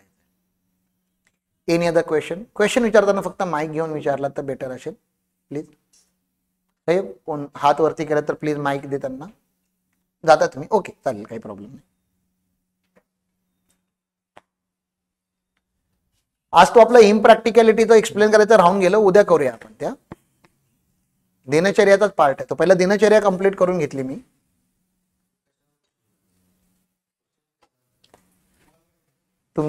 तुम्हाला काय माइंड मध्ये असेल तर असं तुम्ही वेगळा नका बनवून विचारू. आमच्या हॉटेल लाईन मध्ये काही वेळा असं काय होतं की कस्टमर एवढे म्हणजे अगदी खालच्या थराचे येतात की आम्हाला ते कंट्रोल करणं पण मुश्किल होते. समजा आता ड्रिंकला येतात, पाठीमागे ड्रिंक घेऊन बसतात, स्टाफ बरोबर उलटं बोलणे, मुद्दाम छेडछाड करणे, असं काहीतरी चाललेलं असतं त्यांचं. त्याला कसं आम्ही फेस करायचं? एकतर तुमच्या बिझनेसमध्ये सर्व्हिलन्स सगळीकडे असायला पाहिजे. म्हणजे तुमचे सीसीटीव्ही कॅमेरे जे असतात त्याच्यामध्ये व्हॉइस रेकॉर्डिंग पाहिजे. म्हणजे तिथे आपल्याला कळायला पाहिजे कोण कोणास काय म्हणाले. जर हे उद्या शोधायचं झालं तर ते तुम्हाला करायला पाहिजे. दिस इज वन थिंग. सर्व्हिलन्स असेल तर लोकांना ऑटोमॅटिकली भीती वाटते. ते लोक ते असे जे एक्स्ट्रा जे तुम्ही म्हणताय किडे, ते किडे करत नाही कारण की कॅमेरा आहे. दुसरं, ज्युनियर स्टाफचा एक सिनियर असायला पाहिजे. ज्युनियर स्टाफ बरोबर जर कोणतरी मिसबिहेव करत असेल किंवा अगदीच हा हा ही हो, किंवा अगदी जे तुम्हाला डिस्टर्ब होईल असं जे तुम्ही करताय, तर सिनियर मेंबर कोणतरी जाऊन त्यांना रिक्वेस्ट करायला पाहिजे, प्रेमाने रिक्वेस्ट करायला पाहिजे की सर हे पब्लिक प्रॉपर्टी, म्हणजे असं नाही, बरेच लोक इथे आहेत, इट्स अ सोशल प्लेस, तुम्ही जसे हालात तसे बाकी कस्टमर पण आहेत, माझा स्टाफ पण आहे, तर प्लीज जरा थोडं सांभाळून करा प्लीज. असं 2-3दा रिक्वेस्ट करायची. 2-3दा रिक्वेस्ट केल्यानंतर पण जर ऐकत नसेल तर त्यांची पुढची ऑर्डरच घ्यायची नाही. त्यांना सांगायचं पोलाइटली की सर झालंय, आता आम्ही काउंटर तुमच्यासाठी क्लोज करतोय, प्लीज तुम्ही इथे येत जाऊ नका, कारण की हे ॲक्सेप्टेबल नाही. डूज आणि डोंट्स असायला पाहिजेत. कुठे कुठेतरी तुम्ही फनी, म्हणजे पवार सरांची मदत घेऊन तुम्ही काही फनी भाषेमध्ये काही इन्स्ट्रक्शन लिहू शकता. म्हणजे तो लाइटर आहे, जोकिंग मध्ये आहे, पण त्याच्यातून कळायला पाहिजे की ते नाही करायचं. This is a place of celebration, not insult. It's a place of eating, it's not a place of fight. असं तुम्हाला सगळं करायचं आहे. तिसरं, तुम्हाला क्लीनलीनेस एवढी ठेवायची आहे ना ऑफिसला किंवा त्या प्रिमायसेस मध्ये जिथे पण हे लोक हे करतात आहेत, तिथलं एन्व्हायरमेंट बघून त्यांच्या आतला जो राक्षस आहे तो बाहेर नाही आला पाहिजे. म्हणजे सगळ्याच हॉटेलमध्ये आपण भक्षोदी नाही करत. आपल्याला ते एन्व्हायरमेंट बघून कळतं इथे चालतंय हो, हा धाबा आहे. मग तुम्ही धाब्याचं एन्व्हायरमेंट क्रिएट केलं तर धाब्यासारखे लोक येणार. आणि जो चांगला माणूस पण असतो तो पण तिथे गेल्यानंतर त्याच्या आतमधला पण तो राक्षस जागा करतो. ते जर एकदम पोलाईट, सगळं सगळं व्यवस्थित, लाइटिंग वगैरे सगळे व्यवस्थित, क्लीनलीनेस, अगदी प्रेमाने सगळे बोलतात आहेत, तर तिथे ते लोक तसंच करतात. एवढं केल्यानंतर पण 10-20% ते नग येणारच आहेत तुमच्याकडे. त्यांना मॅनेज करता आलं पाहिजे. आणि तुम्ही त्यांना एकदा दोनदा हे केलं ना की ते स्वतःच म्हणजे जो मॅच्युअर्ड आहे ना तो उतरतो. कारण की तुम्ही ओनर आहात ना, तुम्ही ऑथॉरिटी आहे. म्हणून तुमच्या जे तुम्ही करता ना आता, तुमची जी ऑथॉरिटी आहे ना, त्या ऑथॉरिटीचा एक माणूस तिथे असायला पाहिजे जो लीड असतो त्या पूर्ण ह्याचा. म्हणजे ऍज गुड एज यू. आज तुम्ही आहात कारण की तुम्ही तिथे थांबताय, तुम्ही सगळं करताय, पण तुमच्यासारखा किंवा थोडा सिनियर माणूस असायला पाहिजे. आणि नंतर सिक्युरिटी असायला पाहिजेत. म्हणजे अगदीच तुम्हाला बाउन्सर नाही, सिक्युरिटी म्हणजे झालं सर, चला ठीक आहे, चालायला लागा. नाही आता आता ते तुम्हाला कॅमेरा सर्व्हिलन्स आणि मग तुम्हाला ते त्यांना मार्क करून ठेवायचं आहे. हा हा बरोबर, मुद्दामून करतात ना, त्यामुळे ठीक आहे, त्यांना मार्किंग करून ठेवा. कधीतरी ठीक आहे, तुम्हाला पण माहिती आहे 100 2-4 केसेस अशा निघतात, त्यांच्यासाठी जास्त सिरियसली घ्यायचं नाही, पण सिस्टम असायला पाहिजे.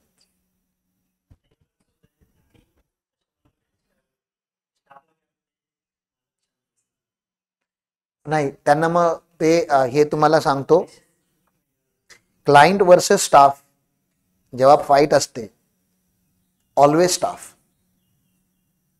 क्लायंट येतील आणि जातील, तुम्हाला स्टाफ प्रोटेक्ट करायचं.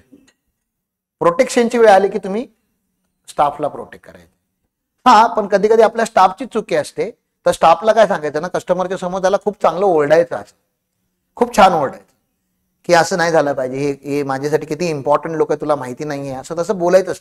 म्हणजे थोडं बोलायचं स्टाफला आणि नंतर बाईक साईडला किचनला घेऊन जायचं, बोलायचं सोडून दे रे,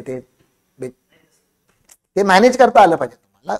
बॅड कॉप गुड कॉप बोलतो आम्ही त्याला, की कस्टमरच्या समोर बॅड कॉप बनायचं आणि बॅक साईडला बोलायचं जाऊ देत ना, सोडून दे ना, ते बोलावं लागतं, तुला पण माहिती आहे. आणि एकदा दोनदा झालं की मग त्यांना बोलायचं सॉरी बोलायला शिका रे. तुम्ही सॉरी बोलायला शिका ना. तुम्ही पण कुठे एकदम असे राजासारखे जाता. Hotel industry is a serving industry, service सेक्टरमध्ये we are here to serve. उपकार नाही करत आहे आपण त्यांच्यात, आपली जबाबदारीच आहे त्या लोकांना. आपली इंडस्ट्री तशी आहे की त्या इंडस्ट्रीमध्ये आपण त्यांना सर्व करतोय. सर्व्हिस. मग डॉक्टर, लॉयर, सीए सर्व्हिस मध्ये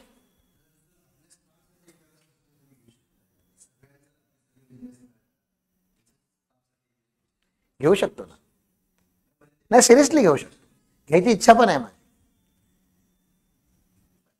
हा या ना, घेऊन या कधी, तुम्ही सांगा कधी घेऊ.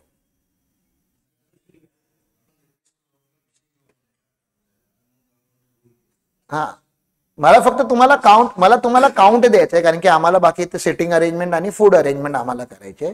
तुम्ही कधीही घेऊन या, असं म्हणजे ह्या शेड्यूलचाच पार्ट आहे असं नका समजू, कारण की त्याला थोडा वेळ लागेल. म्हणजे असं ते 2 तासात ती गोष्ट नाही आहे ना, ती त्याला थोडा वेळ लागेल. म्हणजे तुम्ही असं नाही बोलू शकत की 1.5 तासामध्ये स्टाफ मोटिवेट झाला पाहिजे. काही प्रॉब्लेम नाही, कॅटेगरीचा काही माणसंच आहेत ना, कोणती कॅटेगरी आहे तर ती माणसंच ना, ह्युमन्सच आहेत ना, त्याच्यामध्ये कॅटेगरीचा काही संबंध नाही. स्टाफचं काम आहे त्यांनी सर्व करायचं, कोणतीही इंडस्ट्री असो.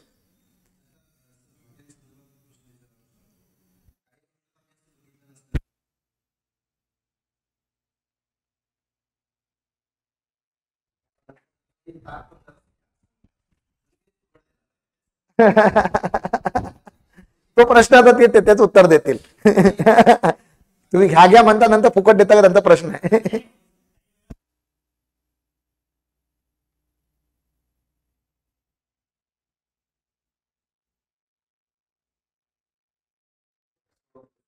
नाही ती अकड जे ती अकड जी आहे ना ती काढायला पाहिजेत. आपल्या लोकांना अकड नसायला पाहिजे कोणामध्ये.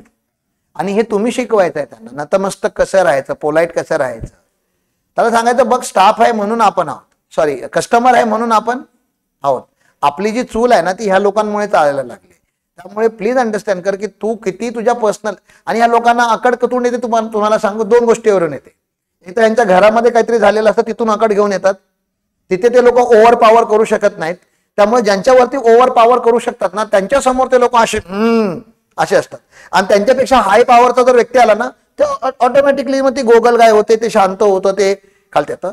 एक तर अकड घरातून तो घेऊन आलाय काहीतरी तिकडे काहीतरी कांड करून, किंवा तुमच्या प्रिमायसेस मध्ये त्याला कोणीतरी काहीतरी आज किंवा काल किंवा परवा या 2-4 दिवसामध्ये त्याला कोणतरी काहीतरी बोललेलं आहे, त्याला त्या गोष्टीचा त्रास झालेला आहे. आणि ते तो अकडच्या त्या माणसाला तो रिप्लाय देऊ शकला नाही ज्या माणसाने त्याला सांगितलं. त्याच्या आतमध्ये डिस्टर्ब एनर्जी आहे, हे तुम्हा लोकांना ते रीड करता आलं पाहिजे. आणि त्याला कधीतरी तुम्हाला बसून तू राहू देत, तू ये तू इकडे, आपण हे काम करूया, राहू देते ऑर्डर वगैरे, तू घे रे, दुसऱ्या कोणाला सांगायचं ऑर्डर घे, त्याला सांगायचं तू या आपण चहा पिऊया, चल काय झालं. कम्युनिकेशन.